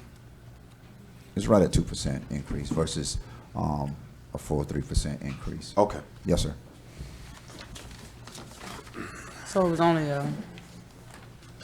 how much increase was it? Just 2%. It was Right about 2%. 2%. Yeah. Okay. It's about In it- 9,000. In addition to questions, hearing none, are you ready for vote? Roll call, Madam Clerk. Vice Mayor Mervin, Yes. Commissioner Boland, Yes. Commissioner Everett, Yes. Commissioner Hill, Yes. Mayor Bab. Yes. Thank you, Madam Clerk. Thank you, Commissioners. The Resolution 2018-36 passes by unanimous vote. We don't have any public hearings, no proclamations. Well, we have one proclamation, a ratification of a proclamation for Floyd Collins Henry Sr. Could you read the proclamation for the record? Yes, Mr. Mayor, proclamation, Floyd Collin Henry Sr. Whereas Floyd Collin Henry Sr. was born on December 24th, 1924 in Colia, Mississippi, to the late George Henry and Susie Henry. He was the eldest of 4 children, and whereas he migrated to Chicago, Illinois with his family, where he spent most of his childhood and adolescence endeavoring in agricultural work and construction projects, and whereas from 1943 to 1946, Mr. Henry was drafted and subsequently enlisted in the Army of the United States. He served our country with great pride and was one of the few remaining World War I veterans in the United States. And whereas in 1954, Mr. Henry began seasonal migrations to Pahokee, Florida, where he worked in the farming industry up until retirement in 1998. Upon retirement, he resided in the city of Pahokee, and whereas Mr. Henry was married to the late Rosalie Henry and had 6 children, and whereas on July 23rd, 2019, the Lord called Mr. Henry home, He leaves to cherish his memory, his beloved family and friends. Now therefore, the City Commission of the City of Pahokee, Florida, do hereby extend heartfelt condolences to the family and friends of Floyd Colin Henry Sr. in their time of bereavement done this 3rd day of August 2019 by the Mayor, Vice Mayor, Commissioners of the City of Pahokee. Thank you, City Attorney. City Commissioners haven't had the proclamation read into the record. What's your desire for its ratification of the proclamation? It have been presented, but we want to officially have it approved by the commission. Mayor, I make a motion to accept the ratification of the proclamation of Floyd Colin Henry Sr. Second. It has been moved by Vice Mayor Mervin and properly seconded by Commissioner Everett for the ratification of proclamation for Floyd Colin Henry Sr. Call for questions. Hearing none, are you ready for vote? Roll call, Madam Clerk. Vice Mayor Mervin, Yes. Commissioner Everett, Yes. Commissioner Boland, Yes. Commissioner Hill, Yes. Mayor Bab. Yes. Thank you, Madam Clerk. Thank you, Commissioners. Proclamation passes by a unanimous vote. We don't have any presentation this afternoon. Now we're moving to the mayor's report, which will be very brief. We lost a week or so one of our residents who served on our one of our city boards, Mr. board. That board. Yes, sir. Mr. Roy York, who was really instrumental in this community. He brought in the circus on a yearly basis when we had a circus out here on the football field that the youth are currently playing on. He brought in students from Notre Dame to do intern work in the city. He ran for city commission at least twice, I believe. So we just want to honor him, and we was really looking to do a proclamation also for him, but I didn't get the information on his funeral or any information, but we may want to just do one at this time. If I can get a commissioner to at least motion that, that would be the request of the mayor, if that would be possible. What are you looking for, Mayor? Proclamation for the late Roy York for his service to the city and the community. York. Right. Mr. Mayor, I would like to offer a motion that we do a proclamation in honor of the life legacy of Mr. York. A second. It is moved by Commissioner Everett and properly seconded by Vice Mayor Mervin that we do a proclamation in honor of the legacy of Mr. Roy York. Call for questions. Hearing none, are you ready for vote? Roll call, Madam Clerk. Commissioner Everett, Yes.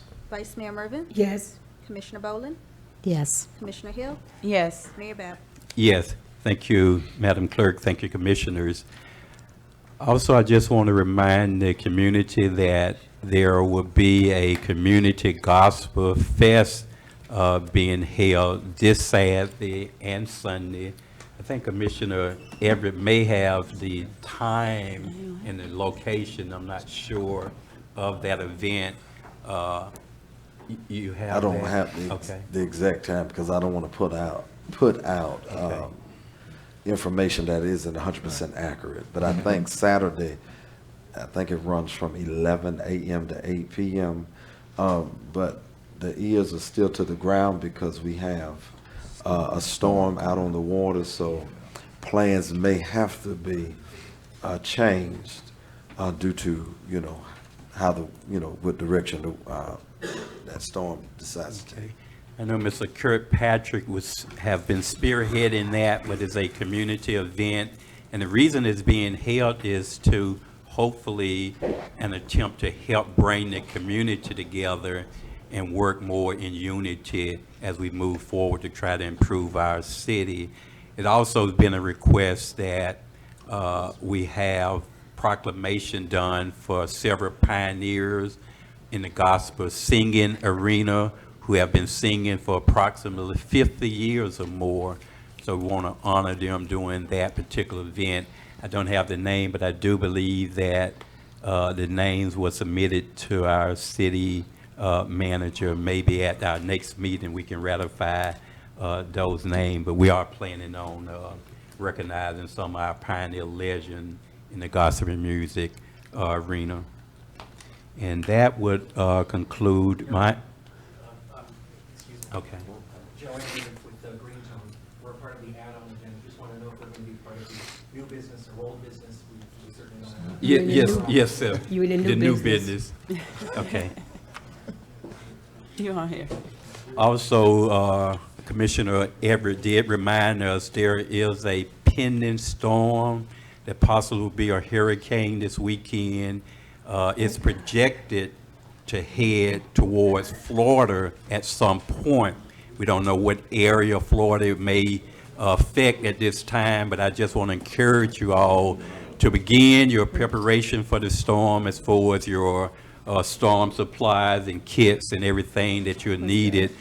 Normally when a storm is approaching, the city go into action to work out some type of emergency plan that will ensure most of us, if not all of us, to be safe and ready for the approaching storm. That's conclude my mayor's report. We'll now move to our city manager report. Thank you, Mayor. Thanks, residents, visitors, for coming out tonight. Mayor, short report. Thanks for kind of leading me into that. We've started our, as it concerns to this storm, the state has started their mandatory conference calls as of today. That's something that we go through as protocol for these types of storms. We just don't know. But we started our protocols with the state today on conference calls, just sort of monitoring this storm. They don't have the definitive path yet. We don't know how strong it's going to be, but as you mentioned, we have to prepare here in the city of Pahokee. Tomorrow morning, I'll be having a EOC emergency meeting with my staff that's a part of that team. We'll be sort of prepping this community for high winds and heavy rain. We're in a low-lying area here. There's some areas that will flood if we get those potential downpours. As far as the wind is concerned, we'll be going throughout the entire community addressing those projectiles, those things that can turn into projectiles within this community. So we'll start our protocols as of 9 a.m. tomorrow. We'll have additional information on the storm, hopefully by then, well, we will, and we'll continue our conference calls with Palm Beach County Division of Emergency Management. They are the lead on providing us how we should be performing or preparing as well here in the city of Pahokee. As those updates come in more rapidly, you'll start seeing those emails from me to the city commission on where we are and what to expect. If there's going to be a closure here in the city, either Friday or late Friday afternoon, you'll know that by Thursday. But again, it's hard to tell right now, but we will begin our initial administrative preparations on tomorrow morning. If I'm not mistaken, too, the storm is expected to hit landfall in Puerto Rico, and is expected to be a Category 1. So hopefully it won't become a major storm, but we must be ready regardless. Right. Correct. Yeah. We're right now we're looking at my last report that I'm actually reading from is late Saturday, early Sunday. Depending on the speed of the storm, but those weatherologists, they're pretty good. So we're thinking late Saturday, early Sunday. But we don't want to wait for preparations for any type of storm. We just want to be prepared. That's just to prevent any type of loss of life. And the type of loss of life can happen any type of way in storms of either light or Category 1, 2, 3, or 4. So we had a 2 here in a couple of years ago, and we had substantial damage. But we'll be prepared here in the city of Pahokee. Okay, thank you. Excuse me, but since this is my first time through a hurricane as a commissioner, is there someplace, how do we let people know if, say, like with Irma when they evacuated and all that? How did they let them know? Evacuation? When we did the evacuations from the mobile homes in 2017, that flashed across everyone's television screen in Palm Beach County. They are the lead on evacuations, which they incur from the governor themselves. We can't make that decision. And when that happens, that comes across everyone's television screen, cell phone, you name it. That's their responsibility. At that, once it gets to that level, that there's an evacuation, it comes through the governor, then the county to us. And they take care of the announcements. Yeah. Yeah, it'd be my first time, but they did a blast. I Yeah. know when that massive 11th hour evacuation. Yeah. Right. And Some we people even go door to door, especially for those very compromised areas. Yeah. Yeah. Well, I know last year also code enforcement and PBSO went door to door also. Went door to door on that. And do we use, like, we utilize the city buses and stuff like that to help the elderly get wherever they're going, or? No, Palm Beach County comes in with Palm Tran. Oh, They bring okay. all the buses in and they do the transportation. Okay. Yes, ma'am. All right. Yeah, All right. and school buses. School buses. Okay. All right. Thank you. Yes, ma'am. Mayor, we did, in my report, we talked about the gymnasium. I think you are up to speed on that as of Friday. And hopefully the county would come back and get started. Give us a timeline when they feel they know they're going to get started. We know there was a lot of prerequisites that they had to do, but hopefully they can give us a timeline for the gymnasium renovations. That's it. Thank you, sir. Now we'll move to the city attorney report. No report, Mr. Mayor. Thank you, ma'am. We don't have any old business currently. We'll now move to our new business, the hemp dream tone. City manager, could you? Excuse me, just before they come, I came late. Did Mr. Morrison's group have an opportunity to address the commission? No, that was one of my questions. In moving forward, we do need to make a decision as far as rank or priority, because both entities are requesting that. There's a comment card Okay. from Mr. Morrison that was submitted by Mr. Morrison. That's when you want to speak, Mr. Morrison? Yeah. Okay. Say what now? I said, yes, I put a comment card in there, but it's something on the agenda and the time card that's totally two different things. Yeah, and I wanted to, at some point, have the city attorney give us clarification on, we have two entities that's possibly interested in that 35 acres for various reasons, and at some point, and we may not be there yet, but we have to make a decision, not even excluding one, but maybe saying this will be the preferred use at this time, and this will be the secondary if in case the first use, our first preference don't materialize. That's a conversation we as a commission must have and need to have at some point. Excuse me, sir, Mr. Mayor, if I may, just to jog our memory, a while ago, Mr. Morrison and his group had a very elaborate presentation regarding attracting and bringing, and I want to correct a misnomer. He wasn't coming to bring HUD housing, but he was coming to address housing issues and concerns, workforce housing. And as a commission, we unanimously agreed to stand behind Mr. Morrison, so much so that when we said that we were going to approach the state to remove the deed restriction, we went specific for housing.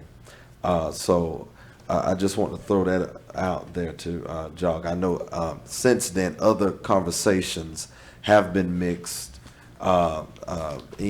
with this 34 acres of land, but we did approach, and attorney, you can correct me if I'm wrong, that it was an appeal for the removal of restriction for housing purposes. And the city manager have stepped out and wanted him to kind of lead in the presentation. Where'd he go? Not even sure.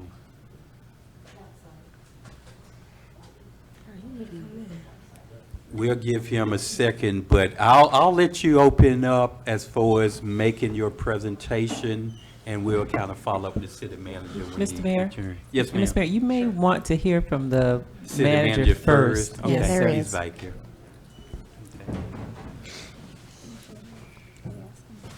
Okay, city manager, we on the hemp dream tone, and we'll let you lead in the discussion as far as opening comments on this topic.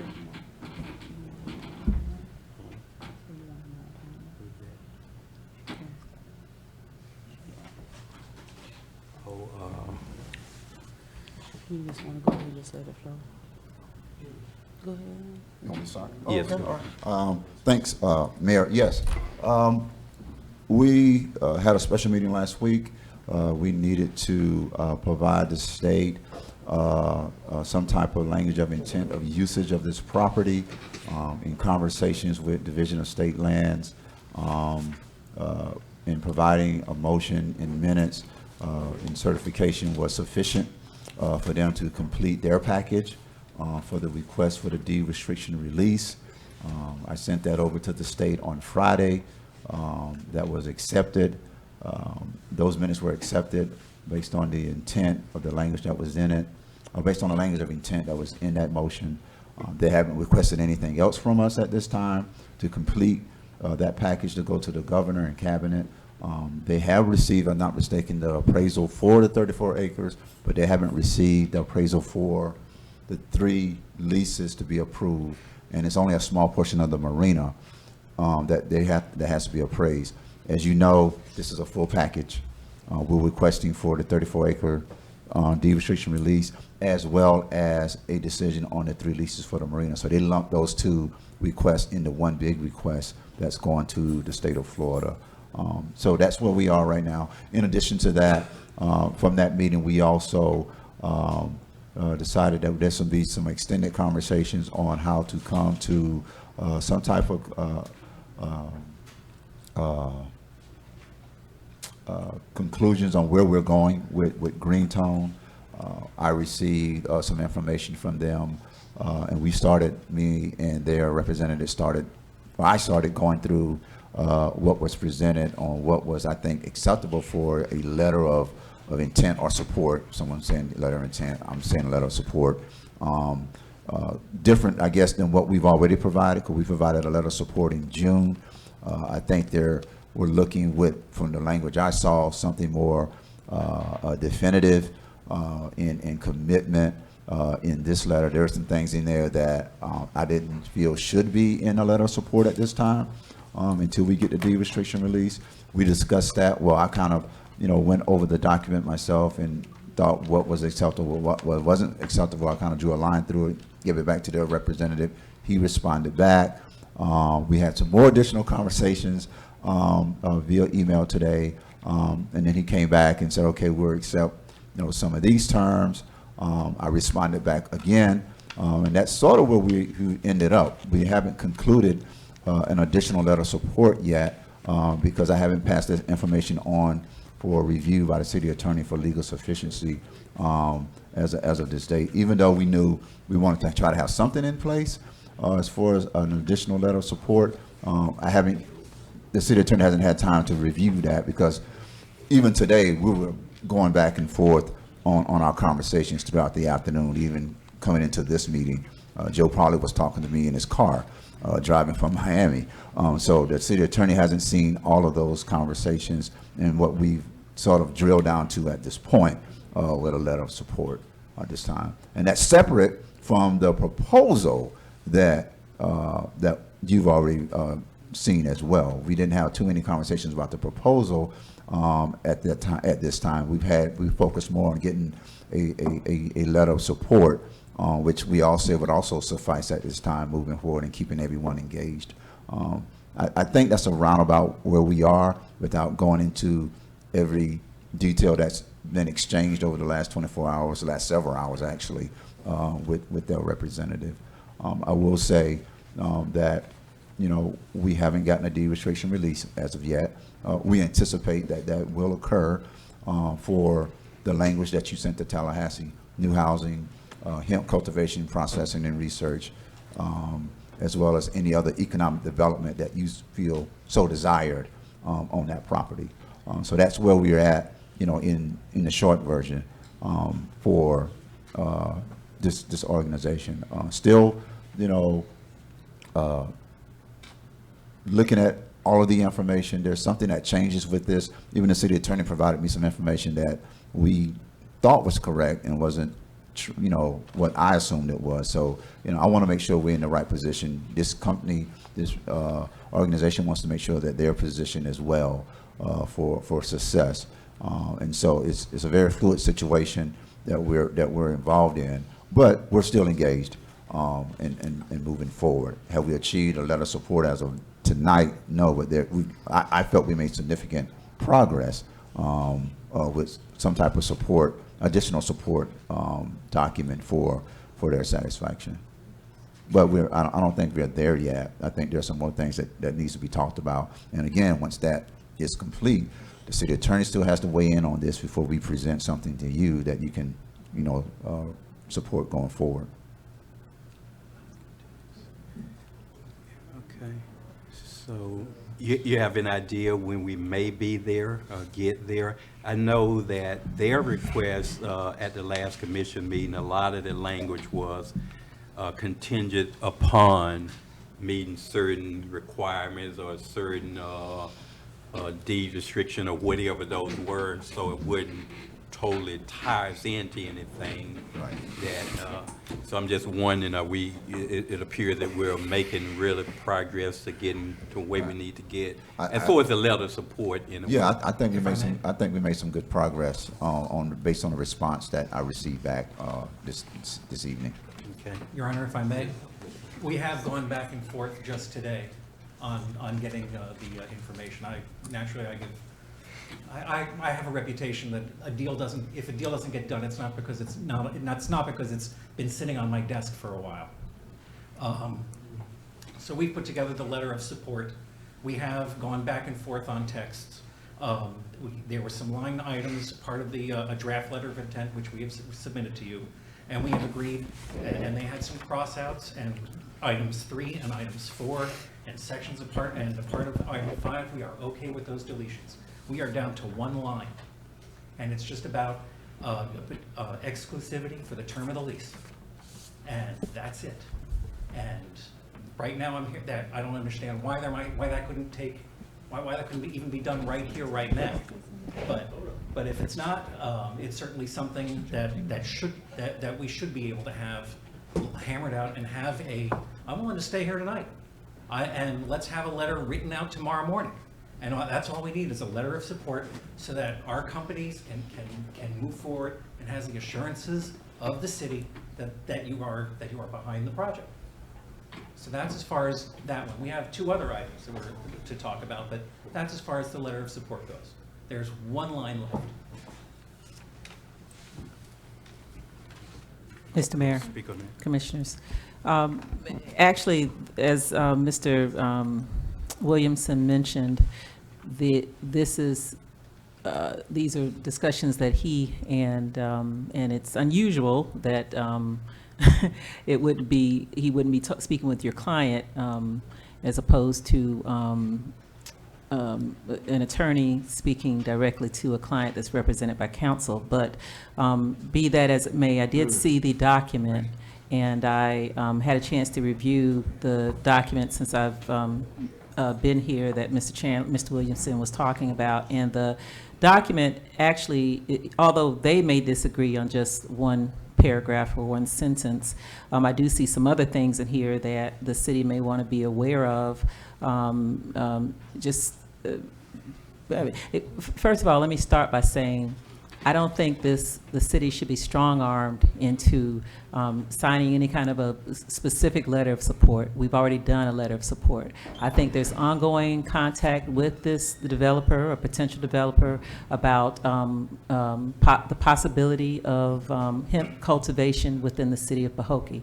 There's no doubt about that. The city has already directed, and the manager, as he said before, issued a letter of support in June of this year. And so I I don't know why necessarily. It is not mine, so I don't want to give any impression that I am behind something that I'm not, because I don't think it's necessary. My concern is that the city is being driven very aggressively in a direction to sign something, to bind the city to terms that may not be in the best interest of the city. Even this quote-unquote letter of support has language in it that is, you know, it's more expansive than I think the city would want to commit to, such as the city intends to support Greentone's business efforts to lead in cannabis hemp cultivation and cannabis hemp processing in Florida. So what does that mean? Are we their lobbyists for Florida? I mean, what does that mean? I mean, there are other paragraphs here that, as an attorney, and I look at it, you know, I have some concern with. I don't think it's necessary.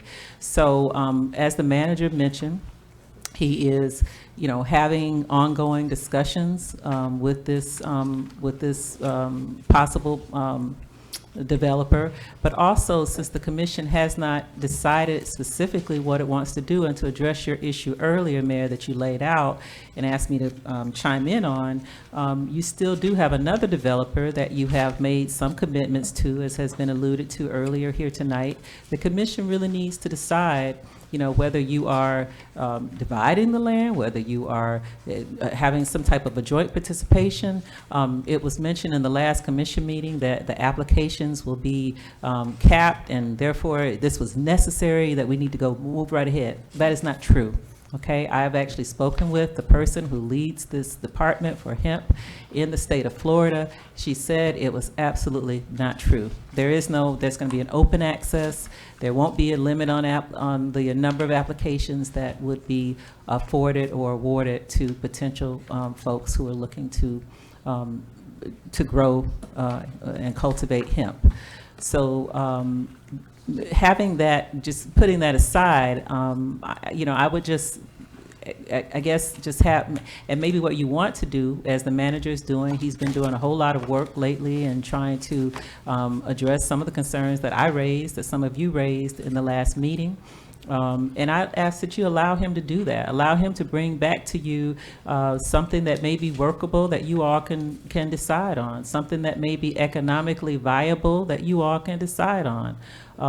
It's been less than 60 days, basically, and there are no agreements like this that I'm aware of, and neither was the woman at the state level. So I think you should, like, pull back for a second, get information, and certainly if you're talking about a percentage that you would be bound to, and even engaging in a letter of support to be bound to some percentage later, you ought to find out, how does this grow? What are the financials? What do we need to think about? How do you profit from this? They're pushing a P3 agreement. I don't think a P3 agreement is necessary. It's not required. You can do an economic development agreement where you extract some things out of it that the city could benefit from, period. And so I just ask the commission, and I feel that it is my obligation, and I spoke out on it before. This is not anything new. I think it's my obligation to the city. I don't know anybody here. I don't know who the players are, how they're connected, nothing. So all I can do is tell you that, in my professional opinion, I think you should pump the brakes and get the information, and then allow yourselves to move forward based on information, based on how this will benefit the city of Pahokee. So with that, Mr. Mayor, I'll stop. Your Honor, if I may. First of all, I'm a registered lobbyist with the city of Pahokee. It is my obligation and my job to speak with the city manager. So there's nothing unusual about that. Second of all, as far as the issue is it not being clear enough as to how to support the Greenstone's business efforts, this is the first I've heard of it. I was here at the special meeting where the board said, where the commission said, let us get a letter for Greentone that the client can use, that Greentone can use to be helpful, and you wanted something done. And by gosh, I worked hard to get that and pushed to get something for the commission like you asked. And this is the first I'm hearing about this particular issue. There was some back and forth about with the city manager. I told you about it, and as far as I understood, that was the only issue. And now I'm suddenly hearing this. And every communication I have had with the city manager carbon copied you. Well, let me say this. In the very last communication, even, the city manager notes that this is subject to, I don't agree with the number 6, so therefore you don't have an agreement. That's the first thing. And then in addition to that, this is subject to review by the city attorney and the city commission. So there was no agreement. And so when you communicate, as you've come in here before, and you say this is the first you've heard, I was very vocal at the last meeting. I was on the phone, but I was very vocal at the last meeting. My position has not changed one iota. So, lawyers can engage in theatrics. That's what we do. But for purposes of this city commission and purposes of really making an educated decision based upon facts and looking at the information that the manager needs to really digest, we're not there. So if you guys want to run into, making an agreement that may not benefit your residents, fine. That's up to you. Just like there was a decision made tonight, you can totally ignore everything that I say. That's your prerogative. But I just feel that I have to put it on the record, and I have to let you know that you need more information before you run into this wall of uncertainty that nobody is exploring right now, because nobody's done it yet, because it's new. And by the way, the state regulations haven't even been developed, and they're thinking maybe October, but they're not really sure. So I think, we should really slow down a minute.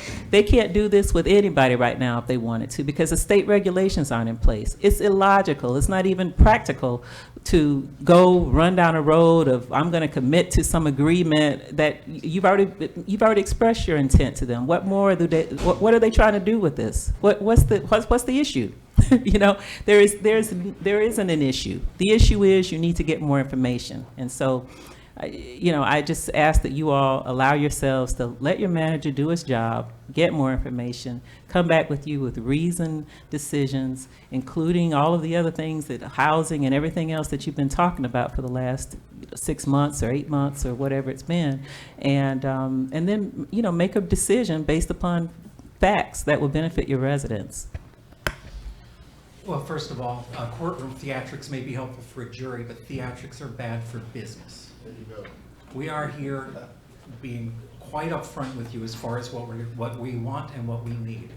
As far as housing goes, it's right there on our proposal. And we don't want an agreement. We haven't asked for an agreement yet. Okay? The only thing we've got is agreed language on a letter of intent from the board as requested by the board or by the commission. And there was the resolution, and I'm fine with the certified minutes. That does exactly what was asked. And the other thing is the P3. Right now, it's just an unsolicited proposal. That's all it is right now. All the board has to do is advertise it. But I'm not suggesting that that's the route that the commission takes. And so when you suggest that as a path to getting to an end, what I'm saying to you is I'm not even suggesting that path. I think if the commission wants to do something like that, there are other ways to do it that benefit the city. And so, Mayor, it is not like the last meeting, it's not my intent to go back and forth with this gentleman. I don't want to do that. I do think that we ought to give the manager an opportunity to do his job, and he's already expressed that he's not at a point even where he is willing to or interested in at this point making a recommendation even about further stating the city's intent that it's already expressed a couple of months ago. So. The reason for it is because it is helpful to our client. And if you agree with the intent, then and as the board as the commission has asked for, I don't know why that would be an issue. All we're trying to do is show that the commission is interested in exploring further. I'm okay with that language. The commission has done that. Not as we need it. And that's it. As far as getting a comprehensive agreement together, that's all in the statute. You just have to advertise what we've got. You have our proposal. If you don't think we're negotiating in good faith, you can reject it. All we ask is that you advertise it and just move forward. And that's if you don't like the way we're negotiating, remember, it's advertised. There's going to be plenty of other people who may or may not decide to. And if we are the only one, and you decide that, no, you know what, it's not working for us, you can stop it.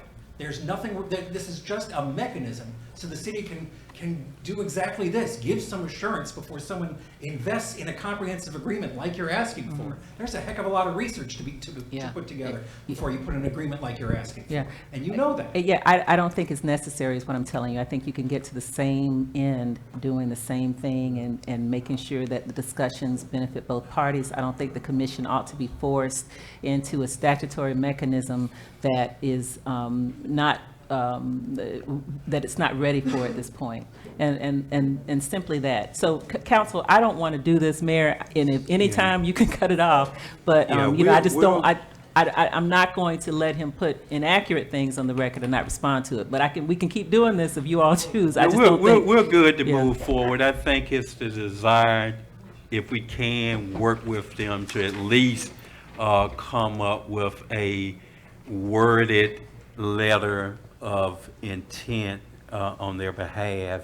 Again, with the city manager giving the the green light that this is language that I could live with. And again, the city attorney, as a city attorney, you would still review it for legal sufficiency, and you have any problem or concern, you just point that out. But I think our desire is at least continue moving this conversation forward. We're not going to put a roadblock.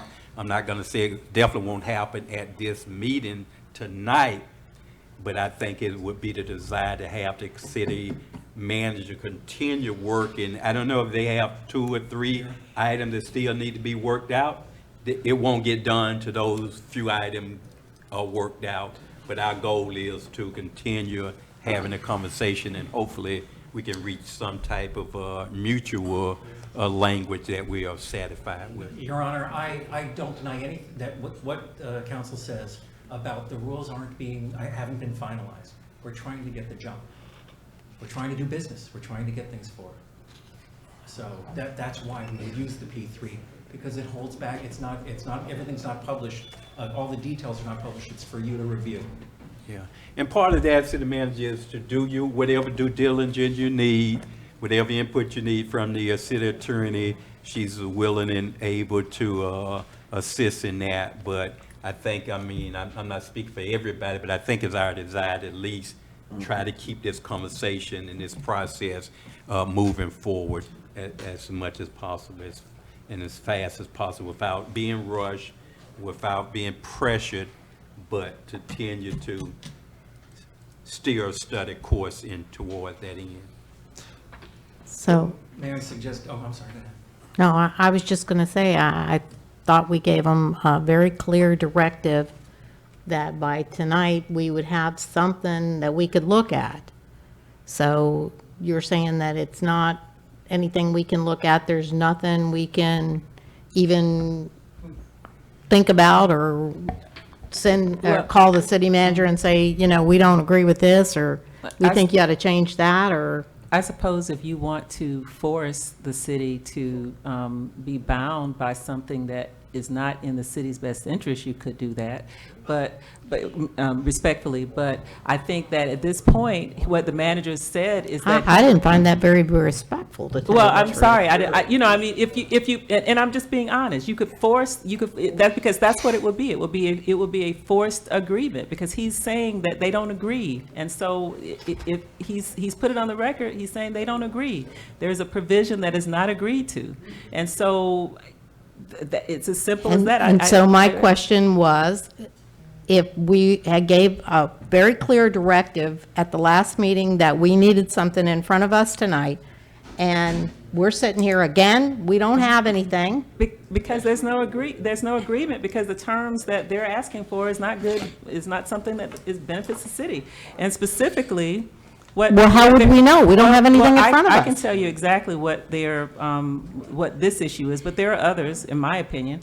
But this issue that they're talking about is the city intends to provide long-term exclusive rights for processing cannabis to Green-Tone as part of the agreement with Green-Tone regarding cannabis cultivation and cannabis hemp processing. So that's one of the things.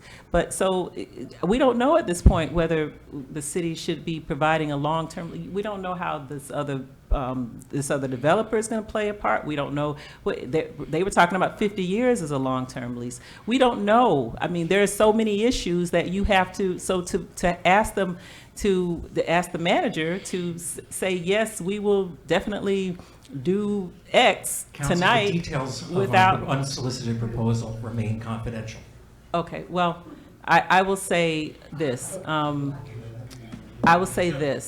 I think that at this point, you should allow your manager to do what he's doing. And he is moving along very quick. I've seen many of the communications. There have been a lot of activity. And I think, as the mayor said earlier, don't force it, but make sure that you're moving forward. He's doing that. He's working very hard for you. And if you allow him, I think he'll, come back with you with some ideas that maybe some of which you may be able to agree to. Your Honor, all I know is when I work with contracts, I make a proposal, markups come back.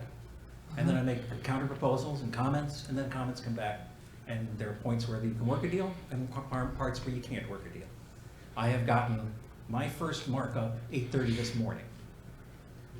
So, and I certainly got it from them last You week. just gave the letter to him. You just gave the letter, as I understand, you just gave the letter to him. I mean, That's not true. anyway, Mr. Mayor, I think That's simply not true. we should really move on, if possible.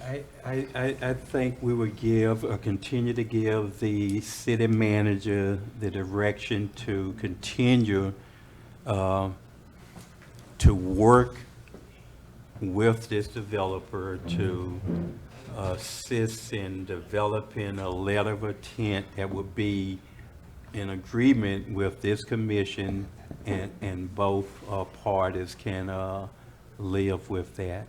At this time, I don't know what more we can do other than give him the charge to continue in this conversation. I think that's the bottom line. It's our desire that we continue to move forward with it. Your Honor, one other thing we might do Yes. is we submitted our unsolicited proposal on August 8th. We don't have a markup. So if there is any issues with regard to legal sufficiency, what is today, the 26th? 27th. We haven't seen anything back from council who received a copy at that time. Yeah, and I think the commission needs to, those are issues that the commission needs to weigh in on, because I can't make a decision about whether or not you agree to some of these, quite frankly, ridiculous terms. So I think It's that, not about the terms, so it's about the legal sufficiency. I think that the commission needs to weigh in on that after you get a recommendation from your manager, and he is not at that point we're just talking about a letter of support at this point, which we've already done, but we're not at that point yet. If there was a question to legal sufficiency, that's available anytime. That has nothing to do with whether you agree to the terms. That comes later. Yeah, but I'm not even agreeing to the process that you're, I'm not. Commissioner Hill. And one last thing, can I just address something, Mr. Mayor? Yes, ma'am. So somebody in the audience just said something very rude, and let me just say this. There was an issue in South Bay that is working out very well for the city of South Bay, and so when the resident just yelled out from the audience inappropriately about killing deals, I have not killed any deals. I speak up for my clients, and it's working very well for that client in that city, and you can ask any of those commissioners You're out of that order. question. Thank you. Let's consider this a courthouse. I mean, we cannot speak out at any point. Please respect order. We asking you to do that. Trying to be good. Commissioner Hill, you had a comment. I have a question. I think this is again, well, not again. I think this is a situation where the city manager, I feel, I don't know, I'll ask about it later, but it's obvious that there was some miscommunication going on or a lack of communication going on between the city manager and the city attorney. And this is how we get in situations like this.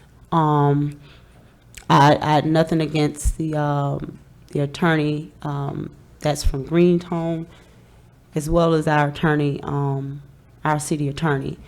But at the end of the day, I still say, just so that we can put our city in a safe place, if she's recommending that we kind of pump brakes, what's is it? Why is that such an issue? See, that's my question now. That's why I'm having a big, my flag is going up, because what's wrong with us pumping the brakes and saying and getting a better understanding of what's going on? Now, I think this really came from the city manager not communicating with the city attorney, and you know, just no a lack of communication going on, and that's how we ended up here. And that's why this attorney, now he's not, I believe him, I believe exactly what he's saying, but at the end of the day, if she's found this out, what's wrong with pumping the brakes? What's wrong with us looking over this, or having her to look over this and making sure that he communicates with her in a better fashion? I don't see anything wrong with that. I mean, what's supposed to happen? Commissioner Hill, let me correct you. We're on the same page. I understand that. There's no miscommunication. Hold on, but how did we get in this situation? We're not That's in a what I'm si- talking. we're not in a situation. Oh, yes, we are. No, we're not. That attorney is saying one thing and she's saying another. She's not Yeah, agreeing but- with him, and this communication has been going on for a long time between you and the city manager. Well, it's called So that negotiations, means that, I understand, I get all that. I get contracts, I get negotiating, I get that. But at the end of the day, something fell somewhere. For her not to agree in this manner, something happened. So what I'm saying is this: as a commission, we need to look at that part for this city. Now, I'm not saying something is wrong with him. I agree with him, and I believe him. But at the end of the day, what's wrong with pumping the brakes and getting a better understanding so that we can give it to the community? Because I'm sure they're asking the same questions and saying the same thing that I just said, and move forward. And if we continue to do business with, let's do it. But why can't we get a better understanding? If she's not understanding it and not agreeing, I don't think it's fair for us to sit here and do what we're doing, and this is our city attorney. Yeah. I'm sorry. I think we're pretty much in agreement with our city attorney, because we have said that we're asking the city manager to continue working this process Right. out, but not to rush it. Do his due diligently, have the attorney involved in the Yes. decision making, and hopefully we can reach a medium compromise If I may. that would be beneficial to everyone. But the city attorney is saying right off the bat that our mechanism isn't something she's agreeing to. She's already saying your unsolicited proposal is not something that the city should hear. How can we make, That's not what I'm saying. no, I think You're saying she, you want That's not to what I- comprehend. No. That's what I'm saying, just. Okay, I'm sorry. Excuse me just a moment. But what I am saying is, it's not that the city would necessarily disagree right off the bat with what you're saying. I'm saying it doesn't have to be a P3 agreement. It can be an economic, and I think one of your clients, I'm not sure, it was at the last meeting, I heard it on the phone, and one of them said, you know, if that's what she thinks, we don't care whether it's an economic development agreement. We don't care. We just want something that says that we agree to move forward as a, you know, in step. And that's all. That's fine. So I don't know which one of you That's said about that, what but the title of the I don't. agreement is. I don't. He does- as an attorney, he doesn't know the Well, I'm just statute. saying that. And he's right. Basically, there is no requirement that we do a process pursuant to that statute. And so, yes, you're right. I don't think but I think we can get to an agreement. I do agreements all the time, big agreements. So there is nothing that will prohibit us from doing an economic development agreement that benefits both sides. I'm saying to you all that you don't necessarily have to do something rushed, and now we got to advertise, and now we got to do, no, you can do, if you decided within 90 days, I want to be at some point where we want to figure out something, or 60 days, or whatever you all decided, you could still do the same thing. It doesn't have to be the process that he has already constructed for you. It can be a process that still benefits both parties. Okay. And that's all I'm Counselor, saying. Brian Cohen from Greentone. At this point in time, we'd like to go ahead and withdraw. You can go ahead and do whichever process you'd like to go ahead and do, but we've seen what we need done, and I thank you for your time. Okay? Okay, thank you. Yep, that'll be all right.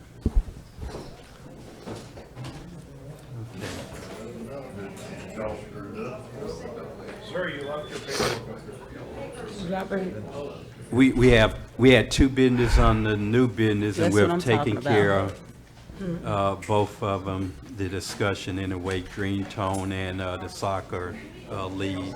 What was the other one? The soccer league, which we have already discussed and taken care of. We'll now move to our citizen comments and general concerns. City Clerk, at this time, do we have any comment card completed by citizens? Yes, sir. The first one is Mr. Sam McKinstry.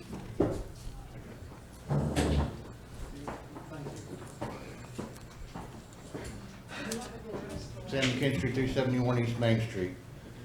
I was just at the marina a couple of days ago, because I'm allowed to go back there now. Brought to my attention that it's the third time that a piece of the fence about 50 feet down from the entrance to the pier has been broken. What's causing this to be broken? Is it lack of motor skills or somebody not driving a piece of equipment right? Because it's pushed out, broke, bad. Somebody needs to be responsible that works for the city, because there's nobody else done it. There ain't nobody else been there. So it had to have been a city employee. I got pictures if you'd like to see it. Let's see. Do we have any updates on the DOT funds that we have to pay back? Are all the funds accounted for? What is the issues with the attorney? Are we going to get a new attorney? Is she going to be our attorney? Are the bids going out as they are supposed to? Are they in the paper as they are supposed to, for the allotted amount of time that they're supposed to? What's going on with the IG audit? That's all I have. I'd like some answers.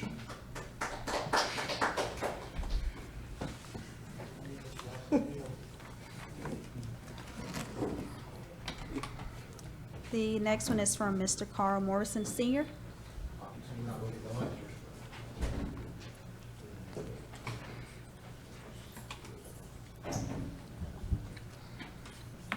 Carl Wilson, Senior, 2587 Southwest 14th Terrace.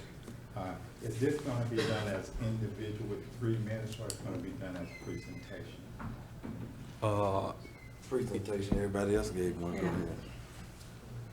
Thank you. Let's do first. Good evening, everyone. Daryl Smith, representing Glades Global Business Group. Mr. Morris is also one of the partners with our organization. We come to you tonight again on 34 acres that has been in question, as Commissioner Everett mentioned previously, that when we came and we presented a few months back, the commission did give us your unanimous agreement that you all consider us, well, not consider us, but that you all would definitely be on board with us in developing that piece of property. And we're back tonight just to basically let you all know that we have not been sitting down since our last opportunity to speak to you. We have been working. We've got grants, actually grant money that's just sitting right now, ready to go into the environmentals on this property, as well as some of the engineering for our project. We've already spoken with a number of organizations in the Glades, as well as the county level. Treasure Coast Regional Planning Council. We've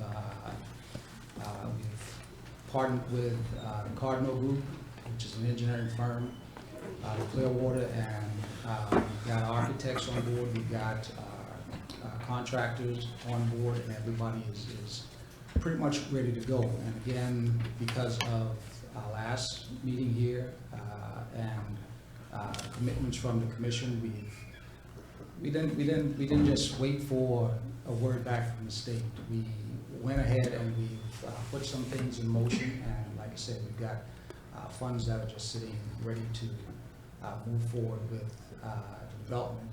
We are a local, like I said, we're new kids on the block, but we are people who care about our communities. We are looking forward to not bringing, these are not just some houses and townhomes that are just going to be thrown together. These are going to be quality homes that for working class, for mid, and for people who the townhome, the principle behind the townhomes are to allow those who may not be able to afford a single family home, to give them an opportunity also to own their own home. So we have, like I said, we have presented, we've had agreements, and we've gone to work. So we are just looking now, like I said, to move forward with the development of the property. We are, again, this is not anything about money for us. We are the local people, and we want people just like all of the citizens of this community. We are made up of many different ethnic and racial backgrounds, and we are looking out for our people. So again, we wanted to come to you tonight to just, because we heard again that there was somebody else that's looking at the same piece of problem. And again, like I said, we did have your commitment, as I recall, in our last presentation here. It really baffles me as far as what's going on here. We did our presentation on January the 8th. At that point, everyone on the diocese agreed. You was not here, but you was part of the community, and you agreed also. We had your support. My thing is this. Since January the 8th, Mr. Williamson have not made one call reaching out, bringing us back before you. You had another organization made one presentation, and you held 2 special meetings already. I don't understand that. Even to the point, this organization, when they met with Mr. Williamson, they became incorporated only 5 days before that meeting. What's with that? Mr. Williamson seemed to be bent on getting them approved. What's with that? We all agree, and we all know for a fact that the community needs housing. No one can argue against that point. When you have people from within the community to bring solution for a problem in the community, and then you speak on both sides of your mouth, I really don't understand. I really don't. And from the last, that my understanding is water flow downhill. From my understanding, the dog wag the tail don't wag the dog. And time again, this diocese allowed Mr. Williamson to do as he pleased. Where is the accountability? Where is the transparency? I'm here speaking in reference to the housing development, but there's so many other things that I can address. But right now it's dealing with these houses.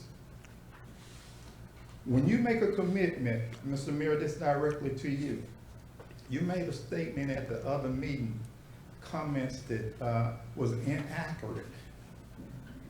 Let me state this, you're entitled to change your mind. I don't have a problem with that. But do not make misleading statements that you did not say something that you said.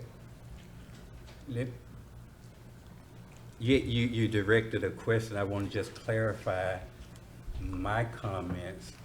Would I say that meeting, my vote, and I don't speak for the 5 other commission was to the concept of the housing development that you all proposed.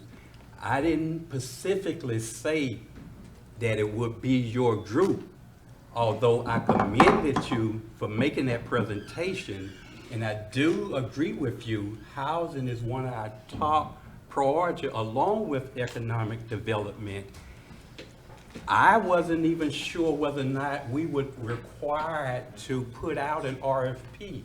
It don't mean the first developer, a company that come and approach you about an idea, you can say, I'm gonna give that exclusive right to you and not gonna open it out for an RFP or request for proposal to any other group.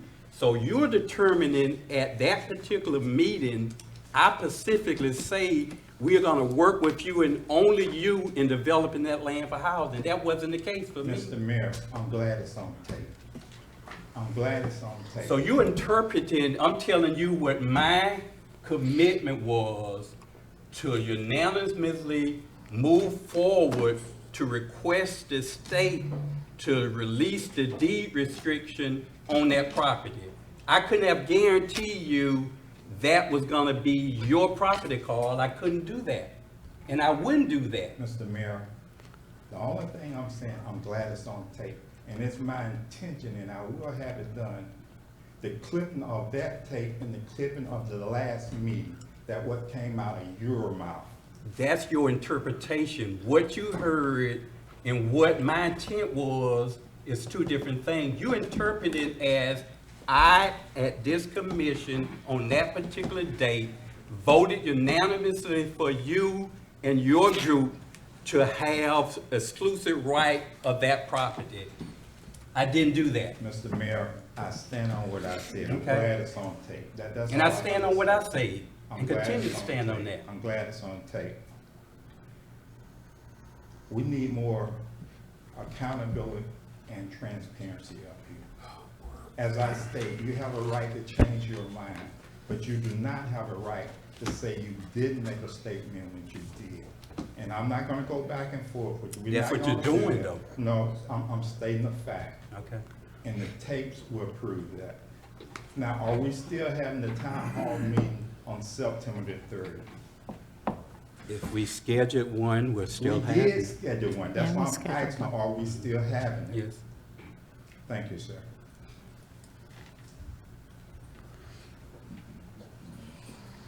Thank you. The last one is from Mr. Mark Miller.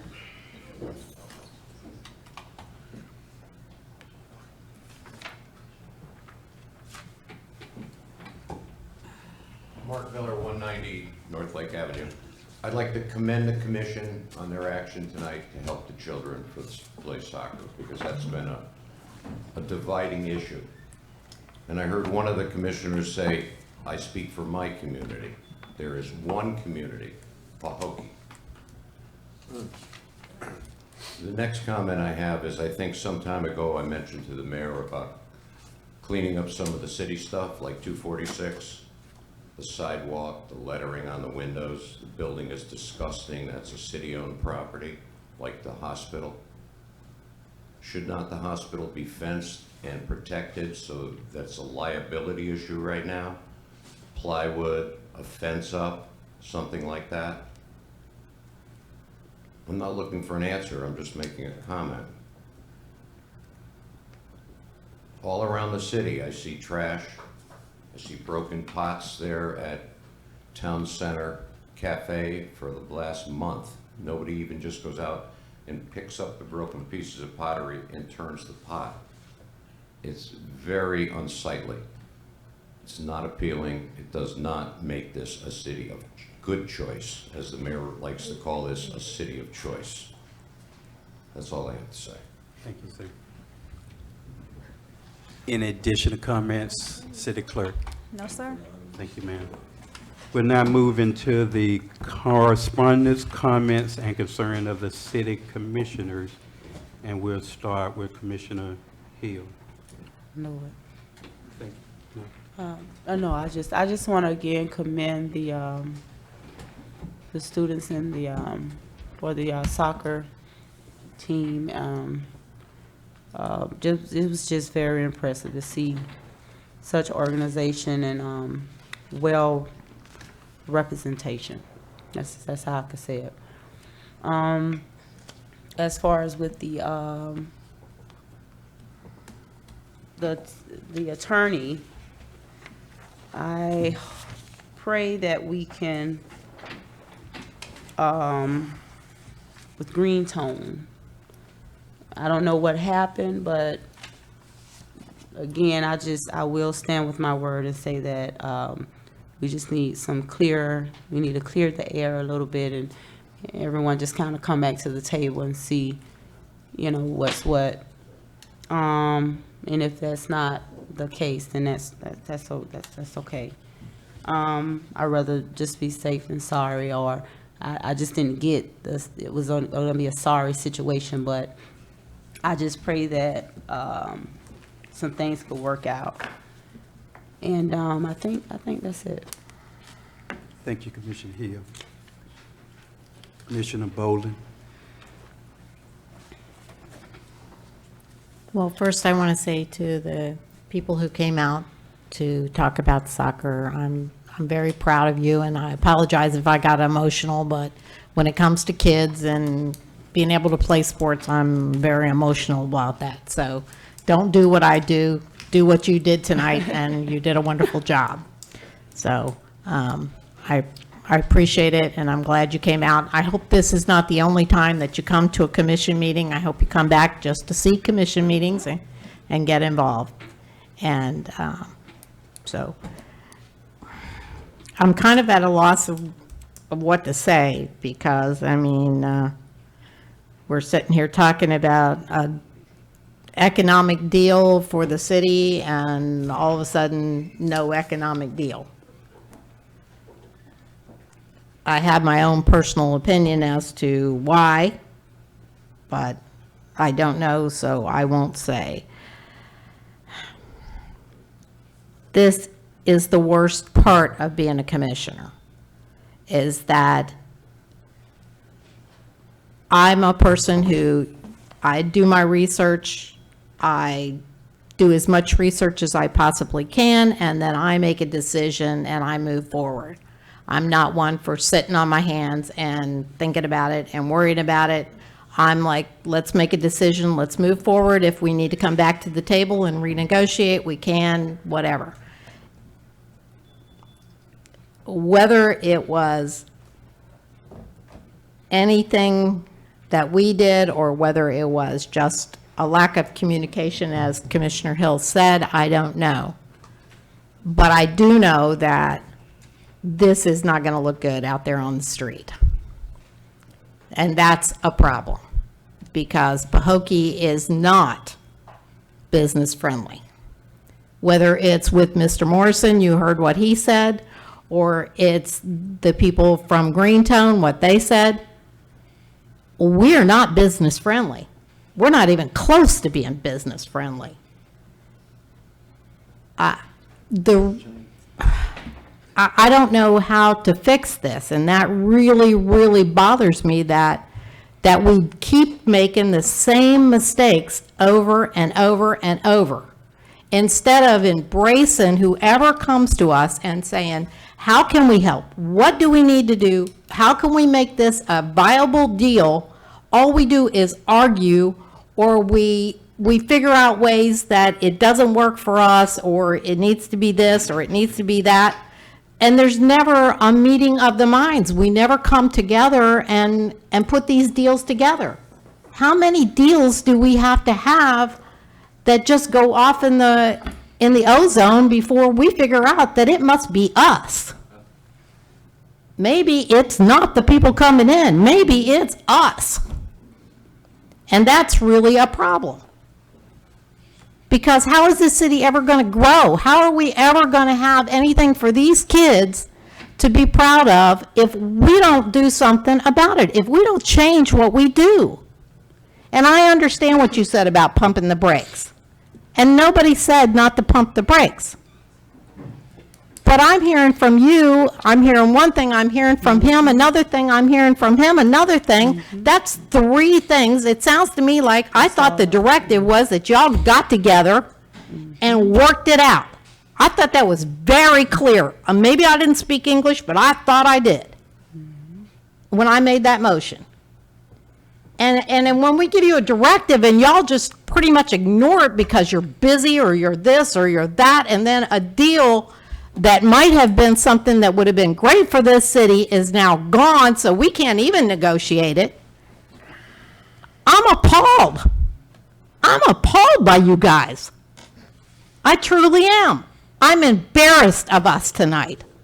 And I don't say that lightly because I love this city. I work hard for this city. I put in hours you can't even believe for this city. And to be sitting here tonight and be so embarrassed by how we acted tonight, that's unbelievable. I'm embarrassed that we cannot get it together and get something going. And we can sit here all day and we can talk about what it was or what it wasn't, but at the end of the day, they went out the door. So we'll never know, will we? Okay, I'm done ranting. Okay, I have some questions. First, I want to say we went to this conference in Orlando. It was a fantastic conference. I got a lot out of it. There were fantastic seminars, and just so everybody here knows and the people who are watching at home, I talked to somebody who said that they had an idea that worked in their city, and I think it's something we need to implement in this city. Because tonight people get up there and they ask questions, and we all just sit here like, I don't know, I'd say bumps on a log, and we don't answer it, and maybe they get an answer and maybe they never get an answer. But in this city, they were talking about, they have a fishbowl, and those questions go into the fishbowl, and at the end of the meeting, each commissioner takes out however many there are, they divide them up evenly, and they have 2 weeks to come back and give those people the answers. Now, I don't think anything that like Mr. McKinstry asked can't have an answer, or at least close to an answer, or I don't know, we're still working on it. But I think that might be something we need to implement here in this city so that people start getting some answers, because I don't know about the rest of you, but I'd like to have some answers. The census, I know we've talked about the census in the past, but one fantastic, unbelievably fantastic reason for answering the census and participating in the census I learned in Orlando, and that is if a hurricane occurs and you lose all of your ID. If you've ever had your purse stolen or your wallet lost, you know how hard it is to replace your ID. And I was told at the seminar up there that you can contact the census and they will send you a piece of paper that you can take to the driver's license place and get your driver's license and all of that. And all you have to do is say, I was participated in the census, give them your date of birth and your name, and they'll send you that piece of paper. Now, it's probably not that simple, but at least it's a way to start getting your ID back. So if you weren't going to participate in the census, I would say do it if for no other reason than that. One other thing that we talked about up there, I think it was Tallahassee, has a dinner that they put tables down the middle of the street, and they sell dinners, and they just line them up right down the middle of the street, and then they raise money for different things in their city that they think they would like to do.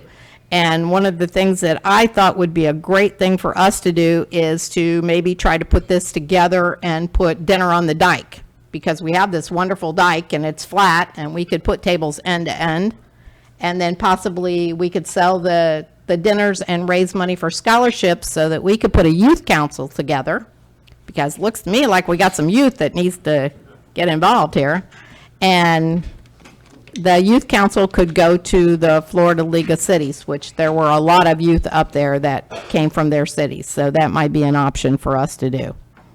I don't want to cut you off, Commissioner, but we have actually have a youth council on record. We just haven't appointed anyone. Oh. So if we can get some nominations, some used to fill out applications. There you go, guys. If you want to be a part of it, fill out an application. Yeah, and that's something we need, that's something we kind of feel through the We tribes. usually send it over to the high school with the documentation requesting applications. I don't think we've done it this year. Yeah, we did it beginning of last fiscal year. We didn't do it this year. Yeah, we We'll need to do make sure it we in post on our October. Yeah. website. We need to encourage those applications to be completed so we can point. Wonderful. Then that way we can get it going. Okay. In the budget meeting, we didn't finish the budget, did we? Yes, ma'am. Okay, but we didn't talk about salaries. Whose salary?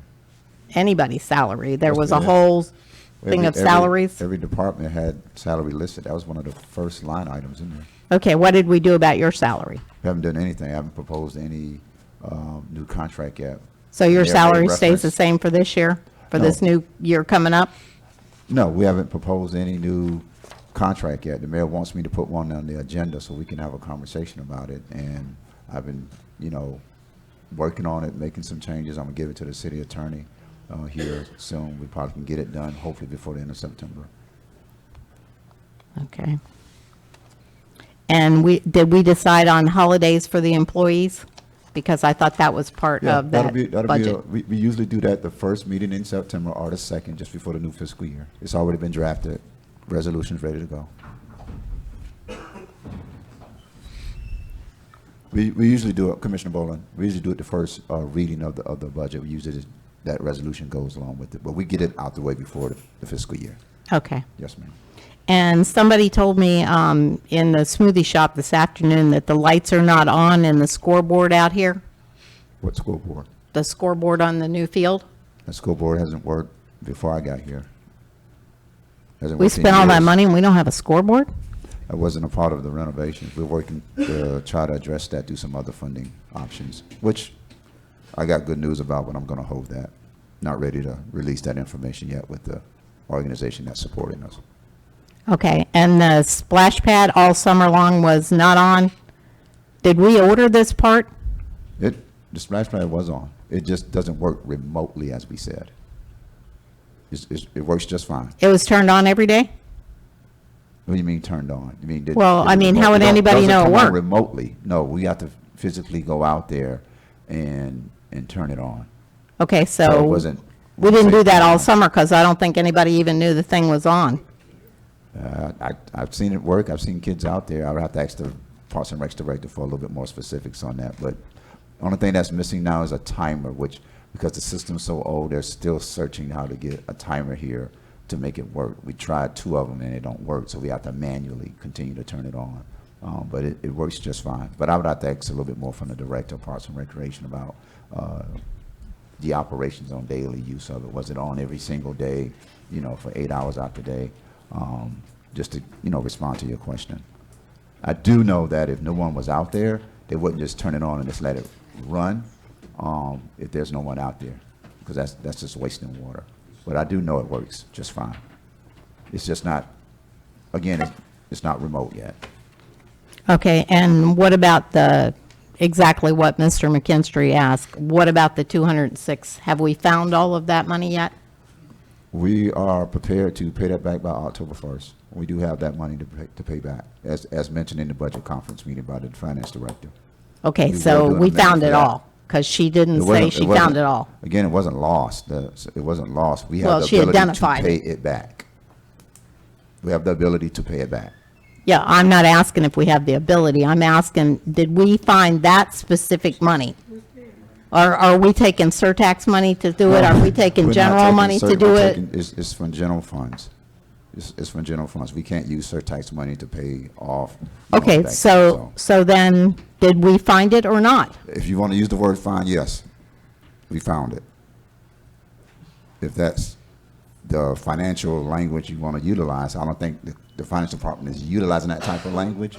Well, They're she saying said we she have the found like ability to pay it back. 145,000 of it, and she wasn't sure about the rest No, of we it, and that's why. accounted, what we She thought accounted we for it. owed 145 until the state came back and said, no, this is the amount through their review. So that's what we thought it was. I honestly thought it was less than that. But no, we have the ability to pay it back. And if you want to use the word found, the ability to use it to pay it back, yes, we found the money to pay it back. Okay, let me intervene, City Manager. What just for clarification, there was $206,000 that we didn't spend on a particular project. The money was said that it must have been placed in the general funds.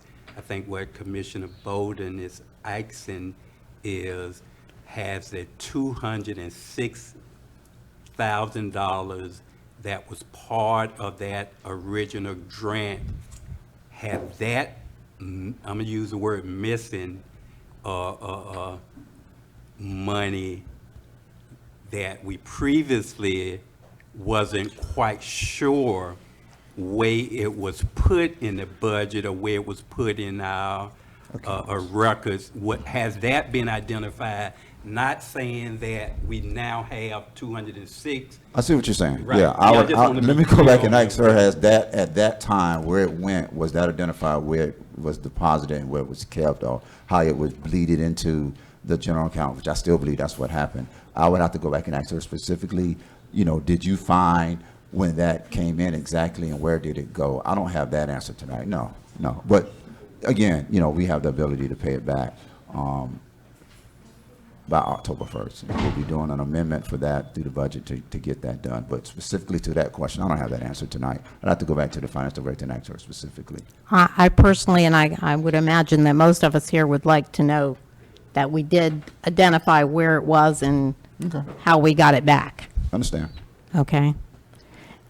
And then I'm confused.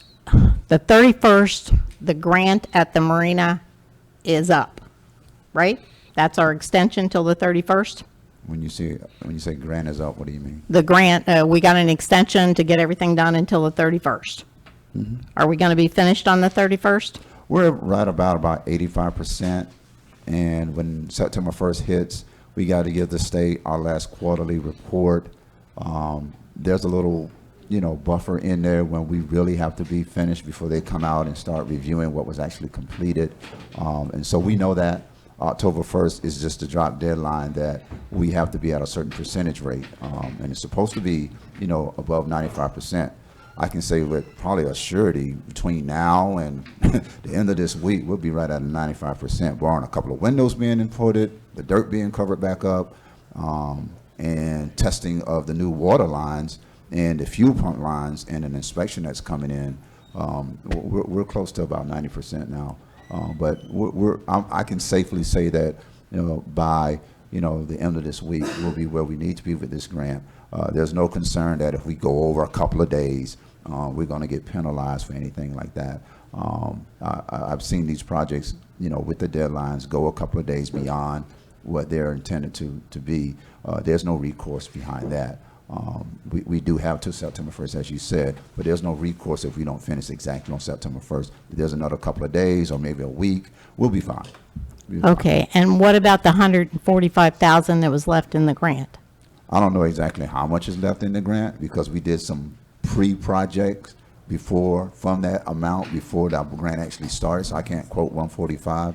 But the remainder is going to be expended as well through a lot of change orders that have already occurred and some of the things that just have to be wrapped up between now and the end of the week. Okay, now I'm really confused. How do we have change orders that aren't in front of us that Because we've okayed? We haven't presented them yet. They're still in flux. They're still moving forward. There's still things that are going on with those change orders. And we have a week left. Yeah. But we're not having another meeting. Yeah.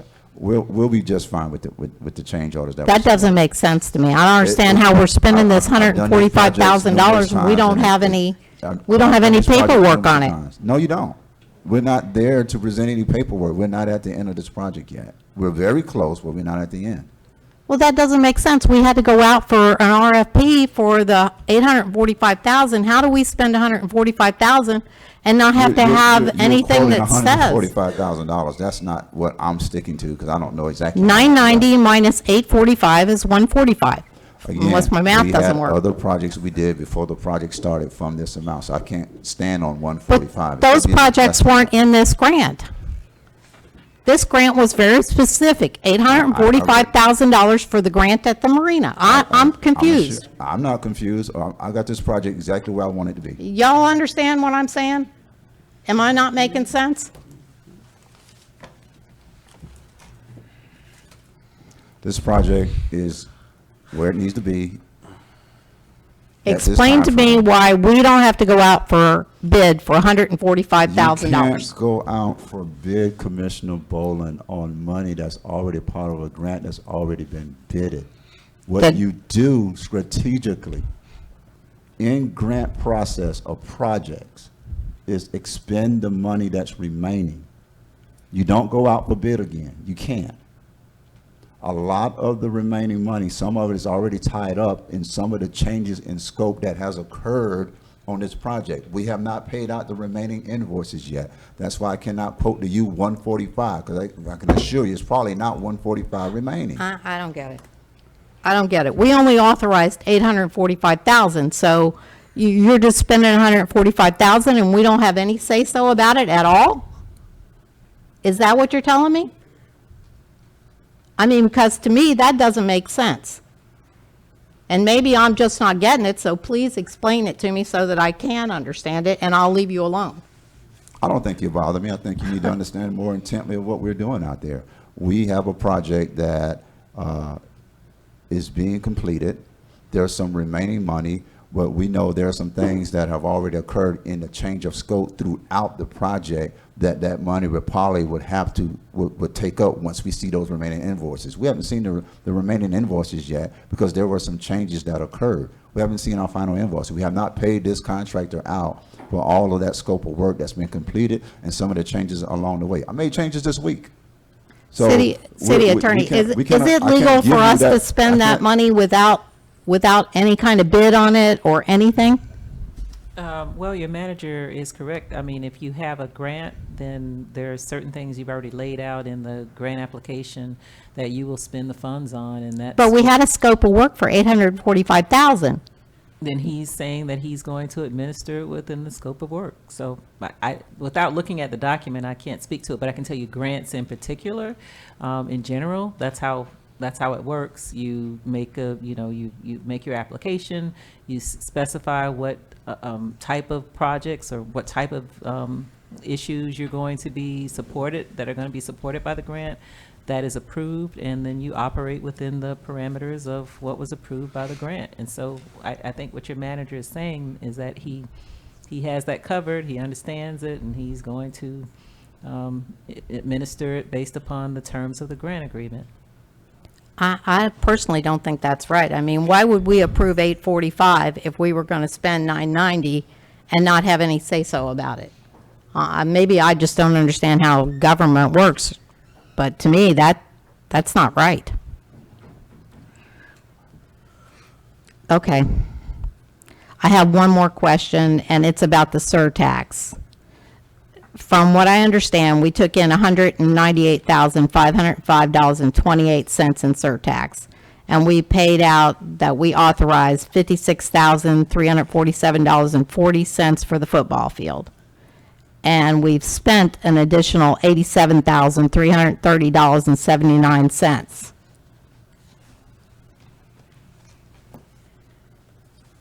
Is that just pocket change? We do whatever we want with it? I understand you sent us the thing that said, here's what we do with it.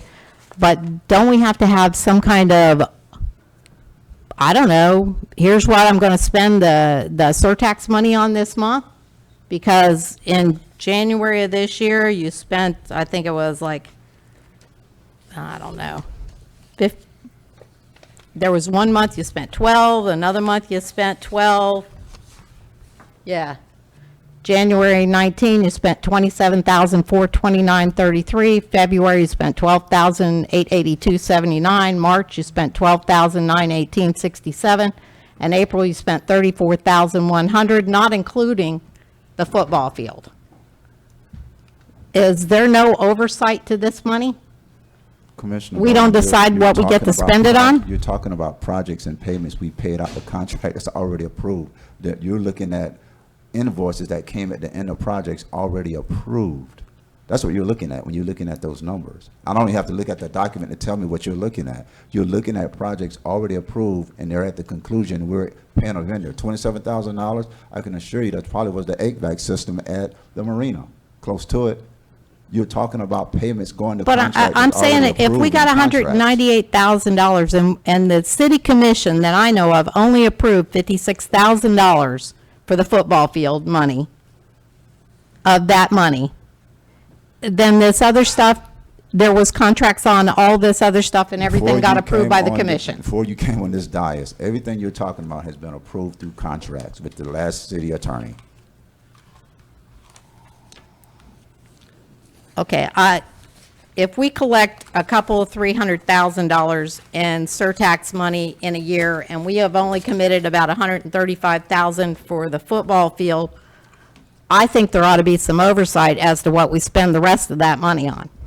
There is oversight. You have an oversight committee that I have to report to quarterly on what I'm spending. No, I'm talking about this commission being the oversight. You have oversight. Every time we get to a point in a year, quarter, a month. But by the time we get it, it's already spent. It's No, like this you're other not- thing, you're not you're listening spending to me, $145,000 Commissioner and Bowden. I don't You're even not know where hearing it's me. going. You're not hearing me. Any project that's above $10,000 that is not a repair, that. Yeah, I know, I looked at it. I saw where you wrote Right. 2 checks to the same guy on that same day, one of them for 6 and one of them for 5. So you spent $11,000, but you broke it up into 2 checks so that it doesn't go over the 10,000. No, it probably was 2 different projects, but anything that goes above $10,000, that's beyond a normal repair that falls under surtax, it comes to this commission in a request in a contract. Got every last one of those contracts approved and signed. Okay. You're welcome to look at them. I think exactly what Mr. Morrison said. We need some accountability as to how the money in this I city disagree. I think you gets need an spent. understanding of Every how the day, how surtax it gets projects spent. are going This is and not our money. This is the citizens' money that we are in charge of. And for us to just spend it, We're not just spending it, as you say. Let me recommend this, because we're going down a rabbit hole. Please, I've been around. please, I'm requesting, come into City Hall, sit with the finance director, look at the surtax projects, so we can explain to you every single project. Not a problem. I'll be there. So you can understand how these funds are expended Mhm. before we put something out that's not occurring, and understand what we've achieved with the surtax dollars. So these numbers that you're tossing out here, you can have a clear understanding what they represent. Because what you're tossing out I'm all tonight for it. is not I love numbers. representing I'm all what's for it. going on with surtax. Thank you. Yes, thanks. I'm done. Thank you. Good night. I'm sorry for keeping y'all so late. Thank you, Commissioner Bowden. Commissioner Everett. I do want to say again to the soccer team, I do applaud your efforts and your willingness to come and organize and put your petitions before this body. Frederick Douglass once stated that power concedes nothing without demand. It never did and it never will. And so your demonstration today is evident that voices are heard when one unites. Someone came and gave comments about my stating I represent my community, and stated that there is only one community. And I would agree, ideally, we have one community, ideally, in theory. But it's, I wish that one community concept would be voiced, and you would voice those concerns to others when, we can boldly say unapologetically we're stomping out roaches and making other derogatory statements about some residents within this community. Let's not talk about one community when it's advantageous for us, but we openly support others who make very divisive language and statements. Mrs. Boland says she's embarrassed by this commission's inaction. I'm embarrassed for other reasons. Some that might be similar, mirror hers, but I'm definitely embarrassed for other reasons. For one, in January, as Mr. Morrison stated, we as a commission, and Ms. Boland was not a commissioner, we agreed to support Mr. Morrison unapologetically. We agreed. Now, as humans, we have a right to change minds. But I think in changing our minds, there is a gentleman's agreement where you go to that person and say, well, you know what? We jumped in head first and we said we wanted to support your efforts in bringing housing. But you know what? We're interested also in entertaining the idea of our community embracing hemp. It's nothing wrong with telling someone, hey, you know, our ears are on the ground for another interested party coming in, doing something different. Or how can you all work together to bring both hemp and housing to this community? So, and then another thing, I'm embarrassed too because I want us to be more than a turkey, toy, hot dog community. And what do I mean by that? When people come in to do business with a community, they're coming with their interests in mind. That gentleman said something that piqued my ears. He said, I want the job. But in doing business, we need to make sure that that we're going to get something out of the deal that's going to be sustainable. And when I say we're going to get something, our community, our city is going to also gain as a result of these companies, of people coming in wanting to do business. Will they have job training? Will they actually hire people in there? That kind of language being in the agreement. It's a lot that I could say, but for the sake of time, I'm going to limit my comments. You know, in our community, we welcome, this is an open meeting. We welcome you in, but there's a level of decorum and respect. You don't have to like me because, I don't live by likes or dislikes. You don't have to like me. But when you have such a level of disrespect that you can say to the city attorney, interim city attorney, throw out buzzwords about Brenda Snipes. The same way she represented Brenda Snipes, the same way George Zimmerman, when he killed Trayvon Martin unarmed with a can of iced tea and a bag of Skittles, got representation. The same representation that Emmett Till's murderer got. August the 28th will be his anniversary when he got representation. So let's not come here and turn these sacred chambers into an opportunity for you to throw off insults, because it's crazy. And we love to want to hide behind things. And like I said, I say it again. When I stated to you all, I said it sincerely. Separating adults from it, it's amazing how we like to use, we want to talk about one community, but we want to use certain groups to try to pit groups against groups. And I understand the underlining agendas that are going on. And there's a lot more I could say, but I would say it once the gavel has been hit.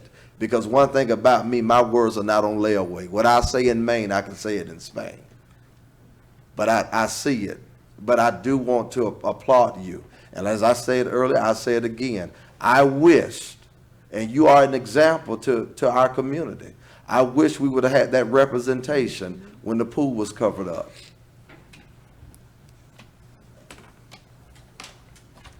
Thank you, Commissioner. Yeah, I'm not gonna be long because I know I have to be to work in another hour and a half or so. But I would like to say I concur with the soccer students that to come out and play soccer, that we can all work together. And I believe this could be a community that we might not always agree, but we can find a solution to come together and try to find a medium and work together. That's what it should be. It's not about the black, white, Hispanic. It's about a community, and we can find a way. We can find a way to agree to disagree. But, and go back to this meeting, yeah, this meeting to me was very heartbroken to me. I really didn't like the way it turned out. And I was in hopes that, and I know we have a city attorney, and I know we have to listen to our city attorney on the way of how direction of this city should go. But as far as the legal sufficiency, and I think that even with that being said, as in this attorney is representing their clients, she's also representing the city of Pahokee. So we have to all find a way that we can try to come together and work it out. I'm in agreement with pumping the brakes on it a little bit, even though we were always in agreement to seeing it go to its full fruition of what it can turn out to be. But there were some, I know in our last meeting, just reading the minutes, it's just said that we gave commission had gave the authorization to the city manager to have continued discussion with Green Tone to bring back recommendable terms for the August 27, 2019. So for what I'm hearing is there was no agreement with the terms right now to come back to the city, to the commission. So in other words, there should have still been some talk going on. And also, and city attorney, you can also correct me, even if you have said that instead you like to allow the city manager and the Green Tone representative to work together to get those solutions. And then I guess they will go over to the attorney to see the legal sufficiency in it. So, but from what I'm hearing, it was not agreement. So I don't see that we could have made that per se agreement tonight and what they wanted. I think we could have stayed at the table and worked it out. Yes. And also correct me if I'm wrong, with that land is ours, but not ours, to where we couldn't just say per se, Mr. Greentone, this wouldn't be your land. I don't think we were in that place to say that as of yet, because as the lease, the deed should have not even been done yet. But I think we could have still stayed to the table and worked out a deal that made it better for all of us. And even with Mr. Morrison, we could not just say, like with Green Tone or with Mr. Morrison, this is your land, we're not gonna entertain anyone else. What if Walmart now came and said, you know what, I seen 35 acres, I would like to put a Walmart there. We were gonna say, okay, no, we're not gonna talk to you because we just got this company we could be talking to. So I think we had to have it open, to that. It just, I think we could have did it a better way than how it turned out. I don't know if they're gone or whatever, but if it is, ain't nothing we could do about that, But whether we talk with Mr. Morrison's group, whether they talk with Green Tone, but I think there should be some communication done on both sides so we can come to a clear solution of what's going on. But I could say we got to do better than this as in working in our commission meeting to 9 or 10 o'clock at night. This is just appalled to me tonight. So, good night and have a good day. Meeting adjourned. Thank you.